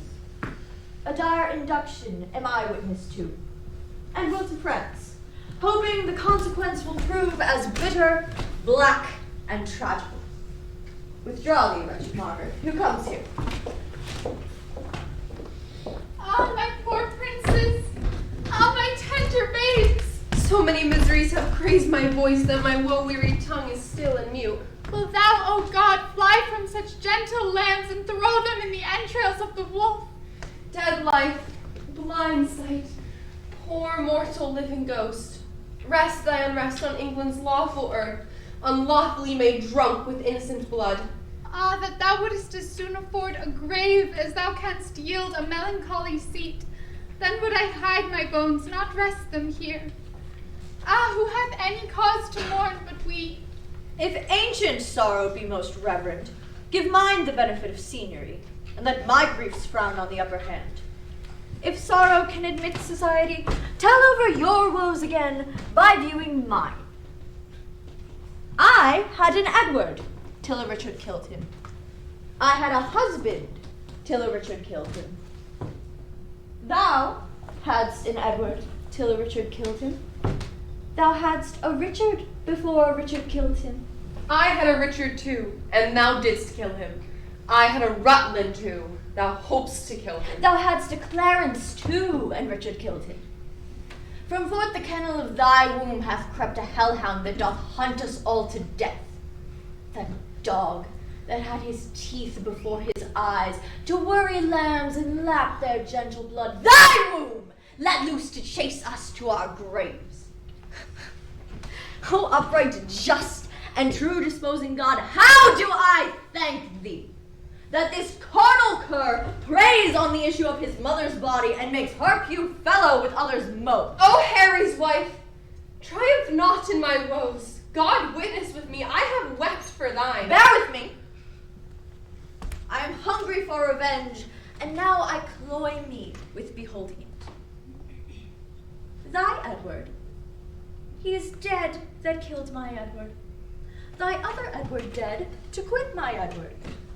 Thy Clarence, he is dead that stabbed my Edward. And the beholders of this frantic play, the adulterate Hastings, Rivers, Grey, untimely smothered in their dusky graves.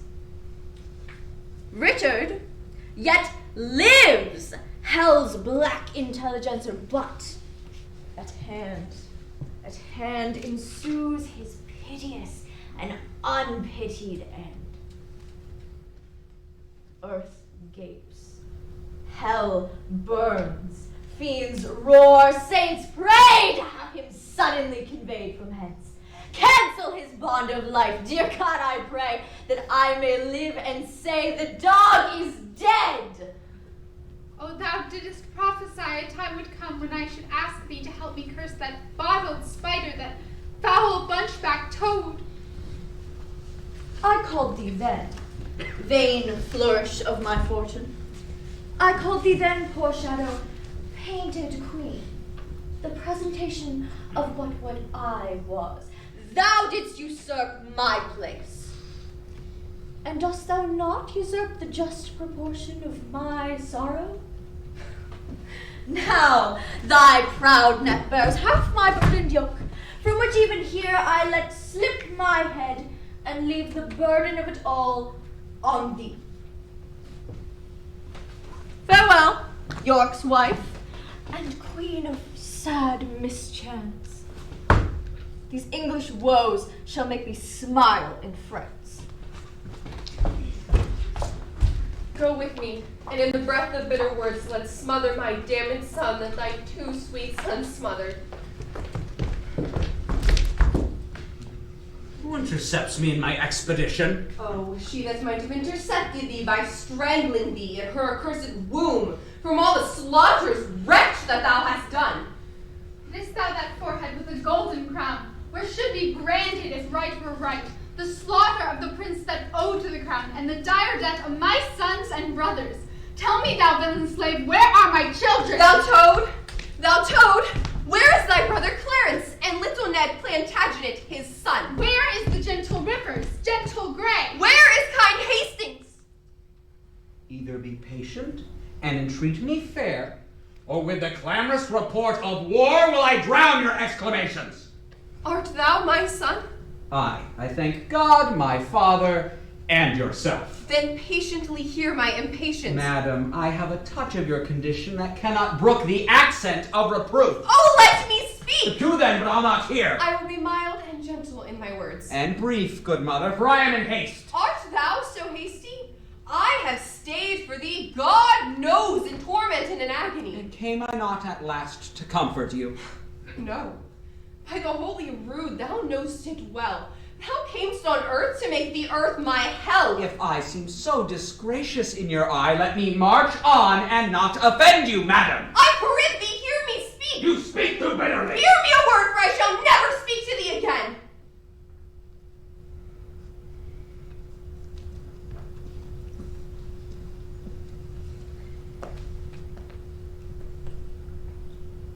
So, either thou wilt die by God's just ordinance, ere from this war thou turn a conqueror, or I, with grief and extreme age shall perish, and never more behold thy face again. Therefore, take with thee my most grievous curse, which on the day of battle shall tire thee more than all the cleat armor that thou wearest. My prayers on the adverse party fight, and there the little souls of Edward's children whisper the spirits of thine enemies, and promise them success and victory.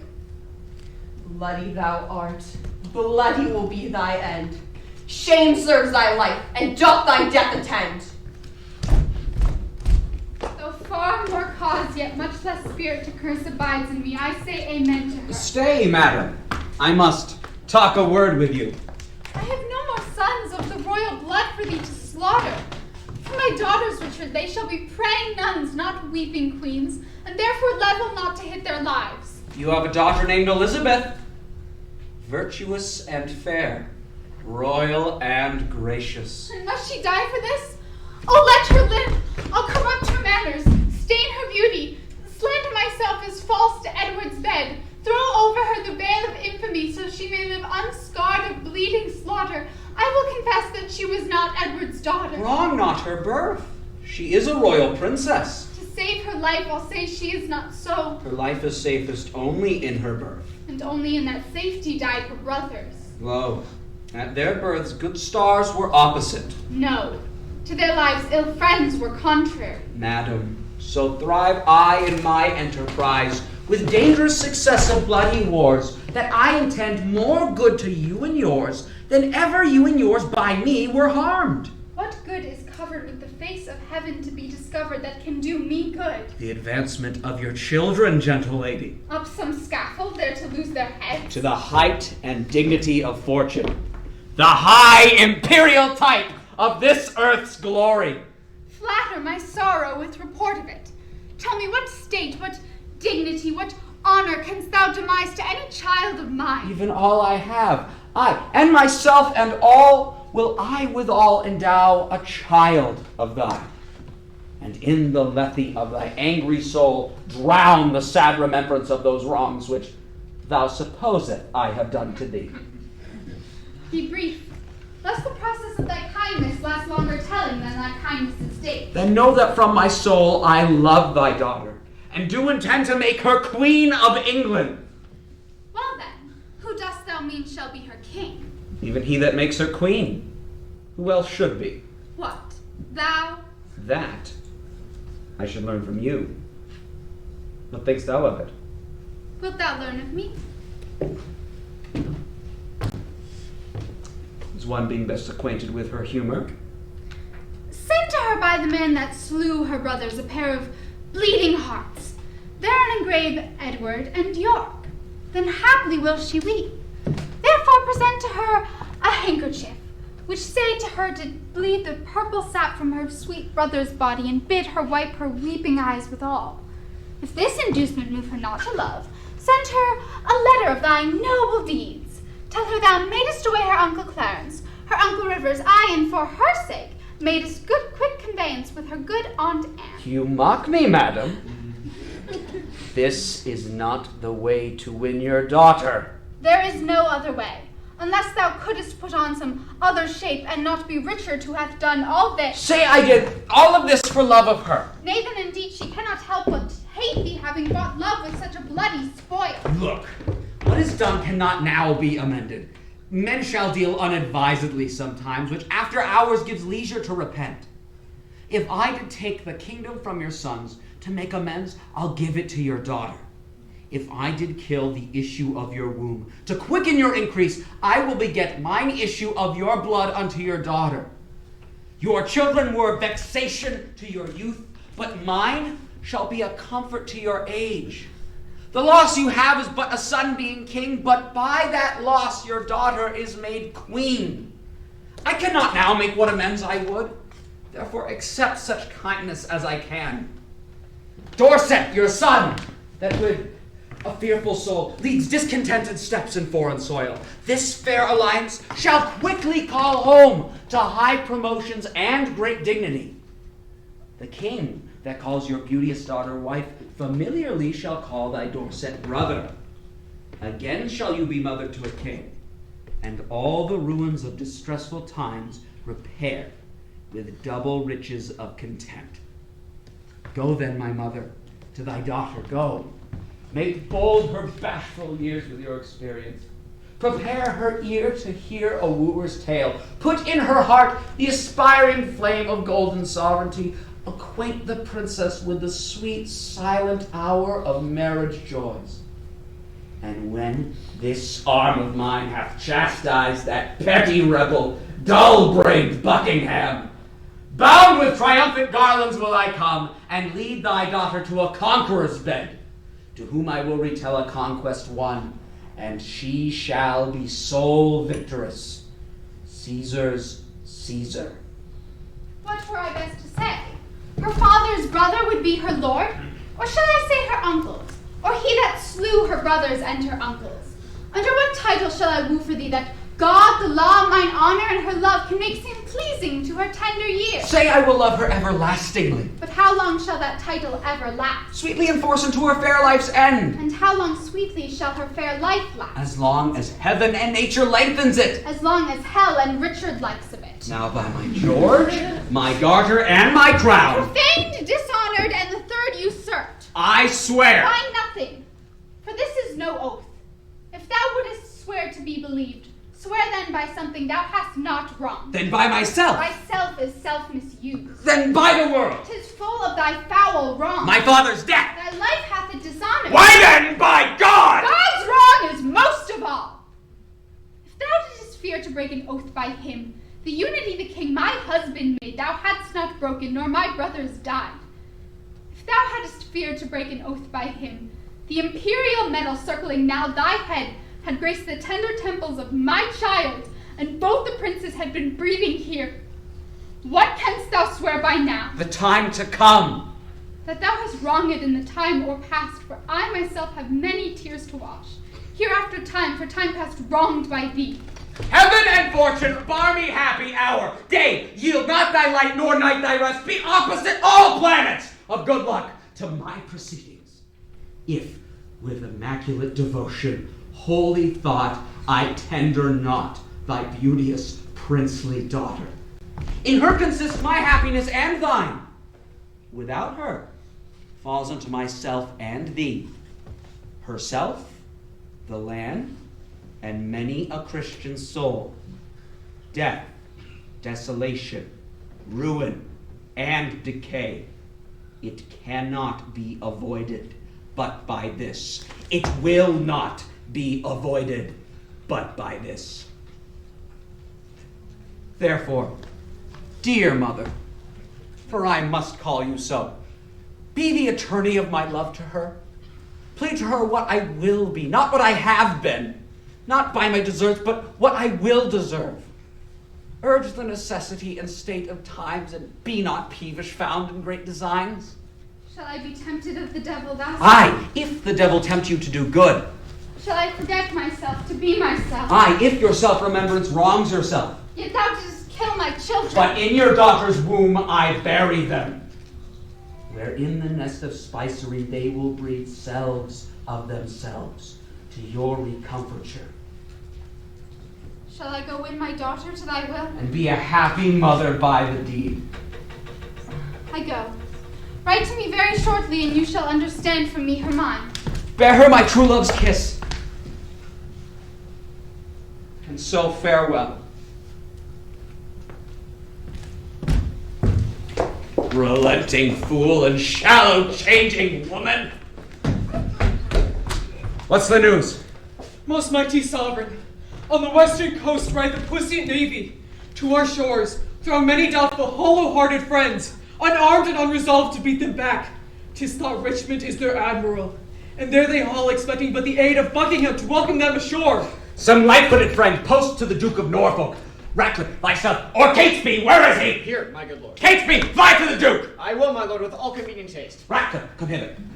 Post to Salisbury. When thou comest thither, Dull, unmindful villain, why stayest thou here and goes not to the Duke? First, mighty liege, tell me your highness's pleasure what from your grace I shall deliver to him. True, good Catesby. Bid him levy straight the greatest strength and power that he can muster, and meet me suddenly at Salisbury. I go. What may it please you shall I do at Salisbury?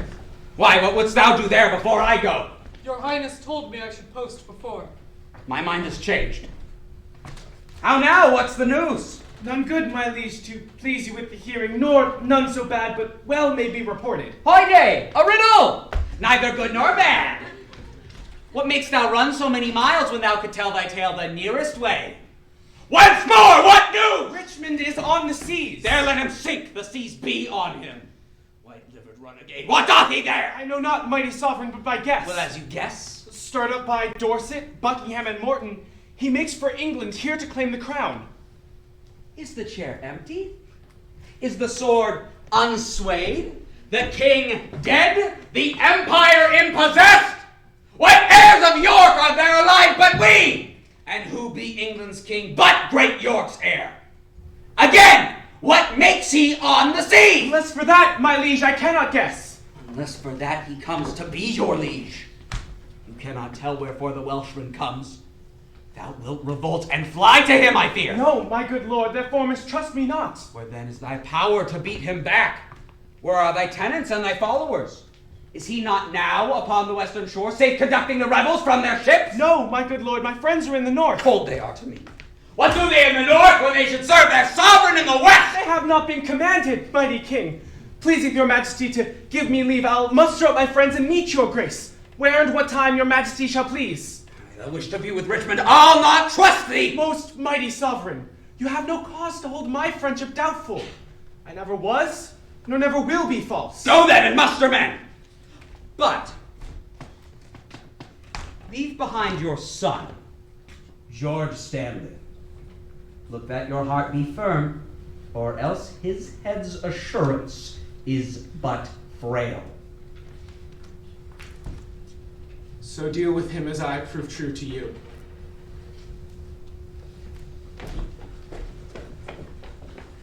My gracious sovereign, now in Devonshire, as I, my friends, am well advertised, Sir Edmund Courtney, and the haughty prelate, Bishop of Exeter, his elder brother, with many more confederates are in arms. In Kent, my liege, the Guilfords are in arms, and every hour more competitors flock to the rebels, and their power grows strong. My lord, the army of Great... Out on you, owls! Nothing but songs of death! There! Take thou too, till thou bring better news! The news I have to tell your majesty is that by sudden floods and fall of waters, Buckingham's army is dispersed and scattered. And he himself wandered away alone. No man knows whither. I cry thee mercy. Here, take this purse to cure that blow of thine. Hath any well-advised friend proclaimed reward that brings the traitor in? Such a proclamation hath been made, my lord. My liege, the Duke of Buckingham is taken. That is the best news. That the Earl of Richmond is with a mighty power landed at Milford is colder tidings, yet they must be told. Away toward Salisbury! While we reason here, a royal battle might be won and lost. Somebody post that Buckingham be brought to Salisbury. The rest, march on with me!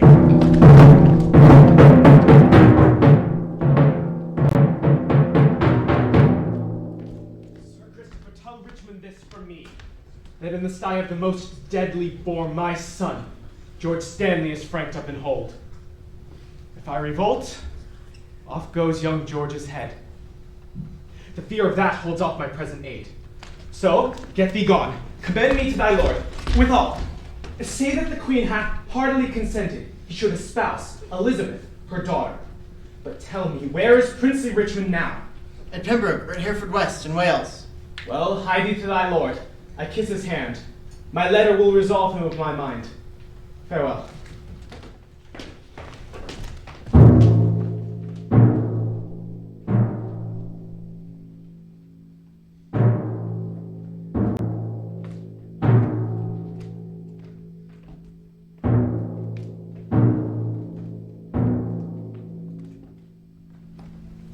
Will not King Richard let me speak with him? No, my good lord. Therefore be patient. Hastings. And Edward's children. Grey and Rivers, holy King Henry and thy fair son Edward, and all that have miscarried by underhand, corrupt, foul injustice.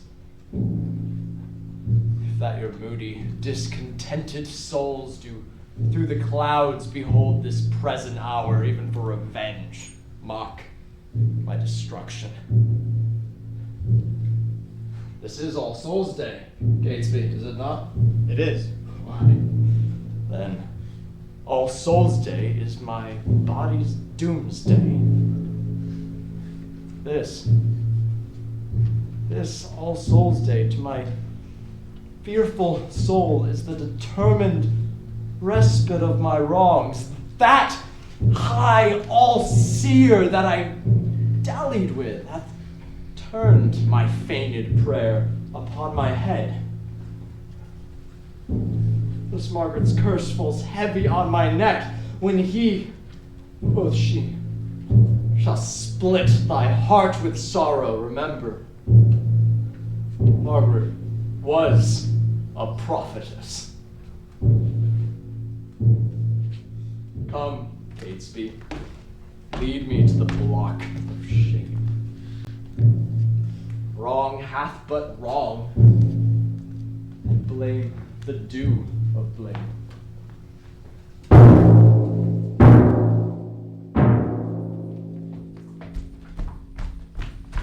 Fellows in arms, and my most loving friends, bruised underneath the yoke of tyranny, thus far into the bowels of the land have we marched on without impediment. And here receive we, from our father Stanley, lines of fair comfort and encouragement. The wretched, bloody, and usurping boar that spoiled your summer fields and fruitful vines, swills your warm blood like wash, and makes his trough in your emboweled bosoms. This foul swine is now even in the center of this isle, near to the town of Leicester, as we learn. From Tamworth thither is but 1 day's march. In God's name, cheerly on, courageous friends, to reap the harvest of perpetual peace by this one bloody trial of sharp war. Every man's conscience is 1,000 men to fight against this guilty homicide. I doubt not, but his friends will fight for him. He hath no friends, for what are friends for fear which in his dear seed will fly from him? All for our vantage. Then in God's name march. True hope is swift, and flies with swallows' wings. Kings it makes gods, and meaner creatures, kings. Here will we pitch our tent, ye feared Bosworth field. My lord of Norfolk! Here, most gracious liege. Norfolk, we must have knocks, huh? Must we not? We must both give and take, my loving lord. Up with my tent! Here will I lie tonight, but where tomorrow? All's one for that. Who has decried the number of the traitors? 6,000 or 7,000 is that most power. Why, our battalion trebles that amount. Besides, the king's name is a tower of strength, which they upon the adverse faction want. Up with my tent! Come, gentlemen, let's survey the vantage of the ground. Call for men to give sound direction. Let's lack no discipline, make no delay. For lords, tomorrow is a busy day.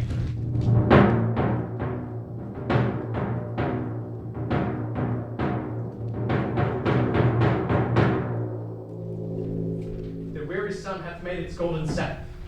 By the bright track of his fiery car gives token of a goodly day tomorrow. Give me some ink and paper in my tent. I'll draw the form and model of our battle. Limit each leader to his several charge, and part, in just proportion, our small power. My Lord of Oxford, and you, Sir Walter Herbert, stay with me. The Earl of Pembroke keeps his regiment. Good Captain Blunt, bear my good night to him, and by the 2nd hour in the morning, desire the Earl to see me in my tent. One thing more, good Captain, do for me. Where's Lord Stanley courting? Do you know? Unless I have mistaken his colors much, which well I am assured I have not done. His regiment lies half a mile at least, south from the mighty power of the king. If without peril, if be possible, sweet Blunt, make some good means to speak with him, and give him from me this most needful note. Upon my life, my lord, I'll undertake it, and so God give you quiet rest tonight. Good night, good Captain Blunt.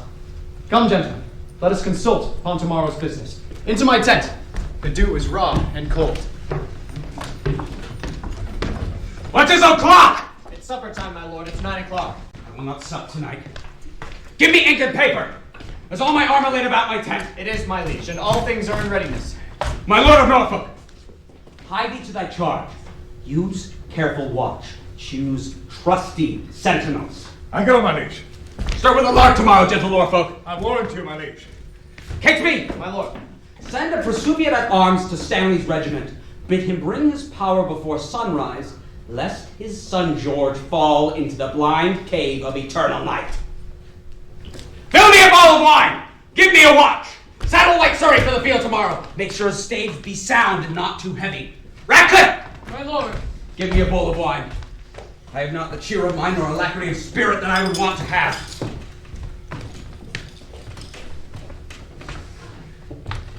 Set it down. Is all my armor laid about my tent? It is, my lord. Bid guards give watch. Leave me, I say. Ratcliffe! About the mid of night, come into my tent and help to arm me. Leave me, I say!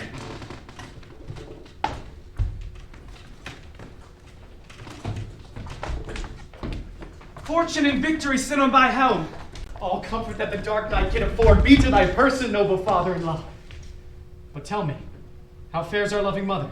I by attorney bless thee from thy mother, who prays continually for Richmond's good. So much for that.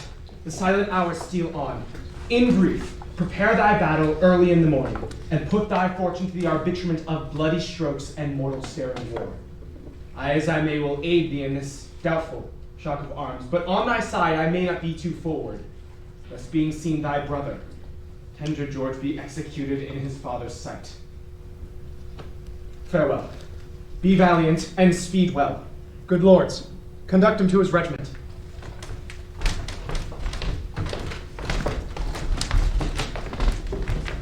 I'll strive with troubled thoughts to take a nap, lest leaden slumber pease me down tomorrow, when I should mount, with wings of victory.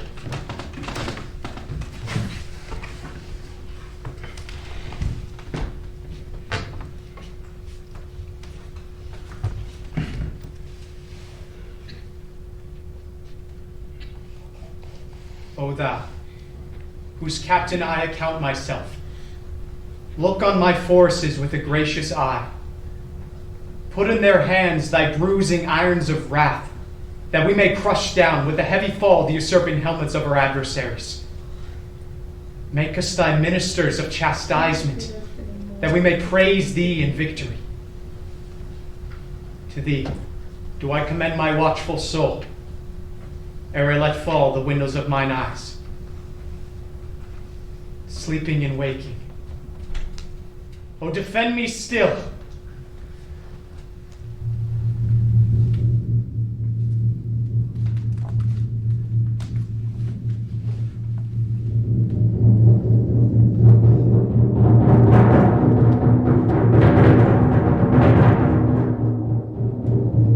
Let me sit heavy in thy soul tomorrow. Think how thou stabbedst me in my prime of youth at Tewkesbury. Despair, therefore, and die.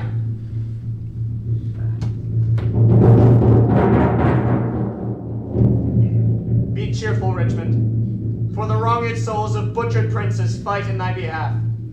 King Henry's issue, Richmond, comforts thee.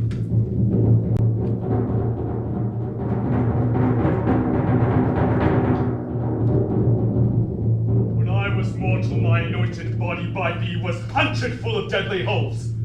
Think on the tower and me. Despair and die. Harry the Sixth bids thee despair and die.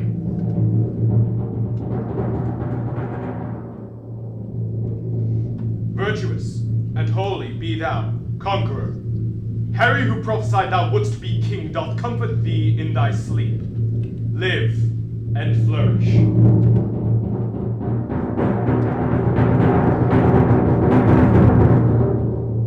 Let me sit heavy in thy soul tomorrow.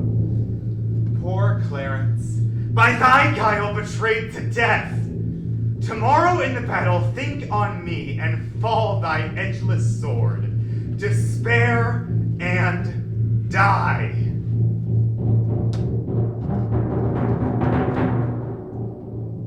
Thou offspring of the house of Lancaster, the wronged heirs of York do pray for thee. Good angels guard thy battle. Live and flourish.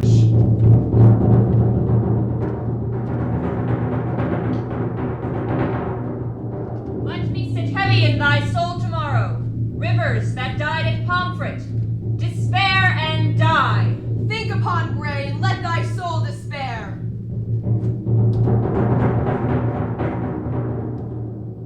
Awake and think our wrongs in Richard's bosom will conquer him. Awake and win the day.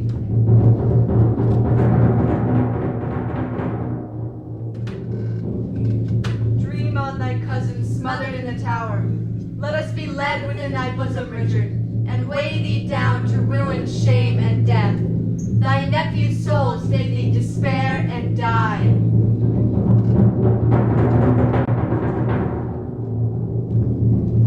Sleep, Richmond, sleep in peace and wake in joy. Good angels guard thee from the boar's annoy. Live, and beget a happy race of kings. Edward's unhappy sons do bid thee flourish.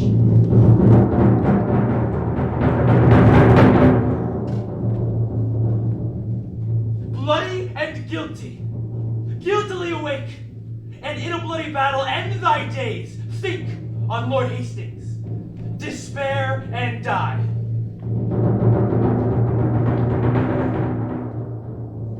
Quiet, untroubled soul, awake, awake.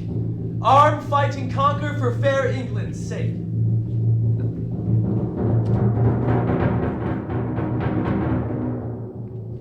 Richard, thy wife, that wretched Anne, thy wife, that never slept a quiet hour with thee, now fills thy sleep with perturbations. Tomorrow in the battle think on me, and fall thy edgeless sword. Despair and die. Thou quiet soul, sleep thou quiet sleep. Dream of success and happy victory. Thy adversary's wife doth pray for thee.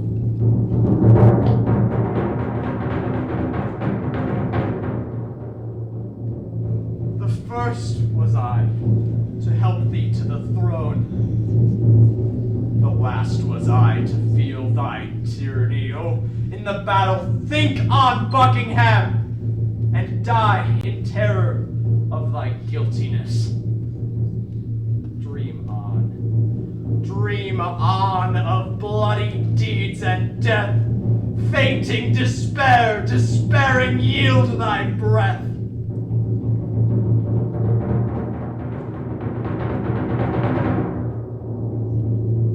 I died for hope, ere I could lend thee aid. But cheer thy heart, and be thou not dismayed. For God and good angels fight on Richmond's side, and Richard fall in height of all his pride. Give me another horse! Bind up my wounds! Have mercy, Jason! Soft. I did but dream. Oh, coward conscience! How dost thou afflict me? The lights burn blue. It is now dead midnight. Cold, fearful drops stand on my trembling flesh. What do I fear? Myself? There is none else by. Richard loves Richard. That is, I am I. Is there a murderer here? No. Yes, I am. Then fly!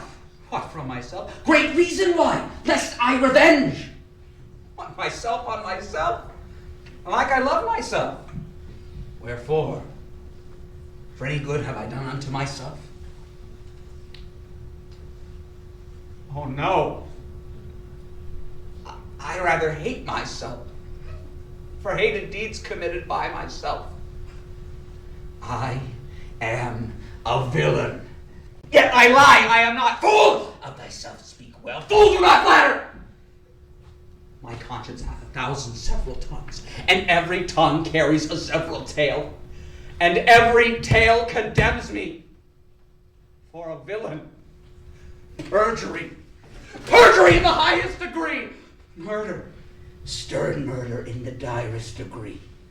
All several sins, all used in each degree, throng to the bar, crying guilty! Guilty.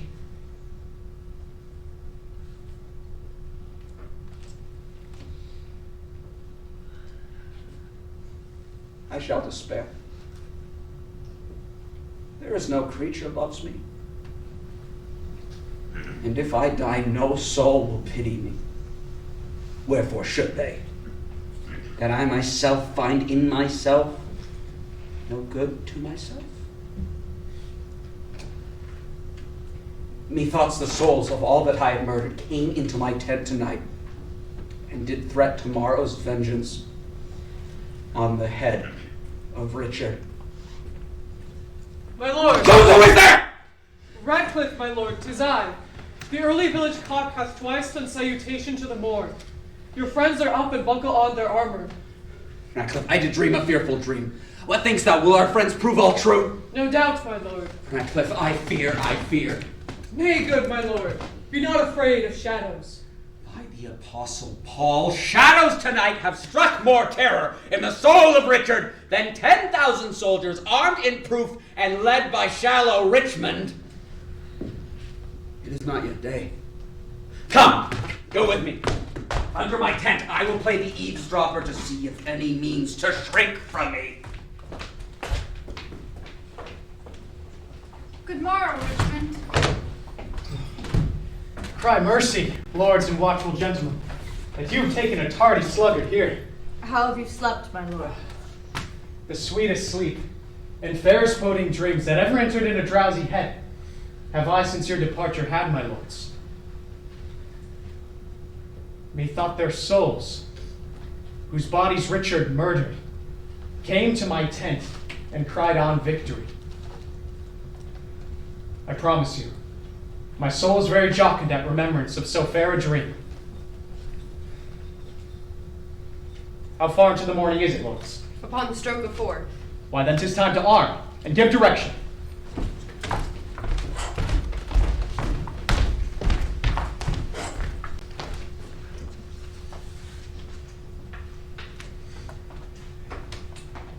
More than I have said, loving countrymen, the leisure and enforcement of the time forbids to dwell upon. Yet remember this: God and our good cause fight upon our side. The prayers of holy saints and wronged souls, like high-reared bulwarks, stand before our faces.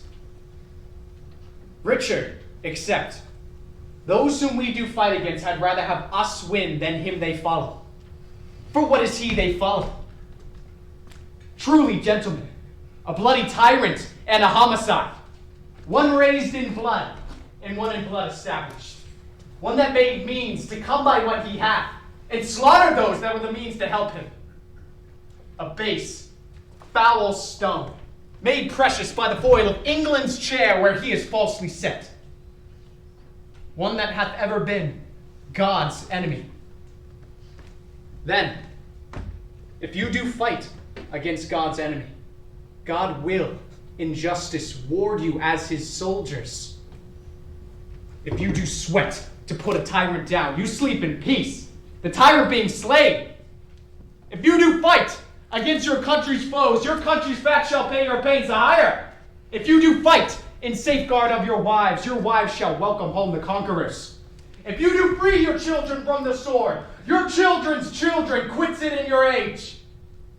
Then in the name of God and all these rights, advance your standards, draw your willing swords. God and St. George, Richmond, and victory! Hurrah! What says Northumberland in touching Richmond? That he was never traded up in arms. Who's in the right? What says Surrey then? He smiled and said, the better for our purpose. He speaks the truth. So indeed it is. Who saw the sun today? Not I, my lord. Then it disdains to shine, for by the book it should have braved the east an hour ago. A black day it will be. For somebody, Ratcliffe! My lord. The sun will not be seen today.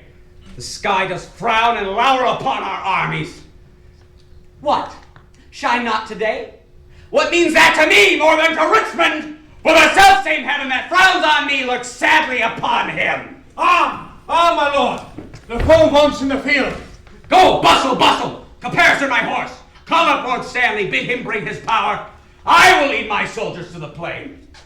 Go, gentlemen! Every man unto his charge! Let not our babbling dreams affright our souls. Conscience is but a word that cowards use, devised at first to keep the strong in awe. Our strong arms be our conscience, swords our law. Fight on! Join bravely! Put it to pell-mell! If not to heaven, then hand in hand to hell! What says Lord Stanley? Will he bring his power? My lord, he doth deny to come. Off with his son George's head! My lord, the enemy is past the marsh.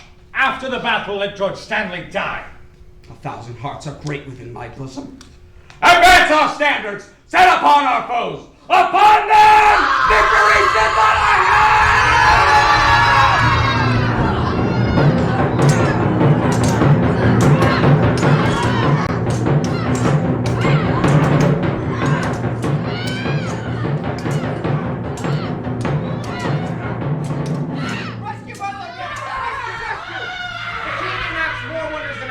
Opposite to every danger. His horse is slain, and all on foot he fights, seeking for Richmond in the throat of death. Rescue, fair lord, or else the day is lost. A horse! A horse! My kingdom for a horse! Draw, my lord, I'll help you to a horse. Slave, I have set my life upon a cast, and I will leave it up to fortune. I think there be 6 Richmonds in the field. 5 have I slain today. A horse! A horse! My kingdom for a horse!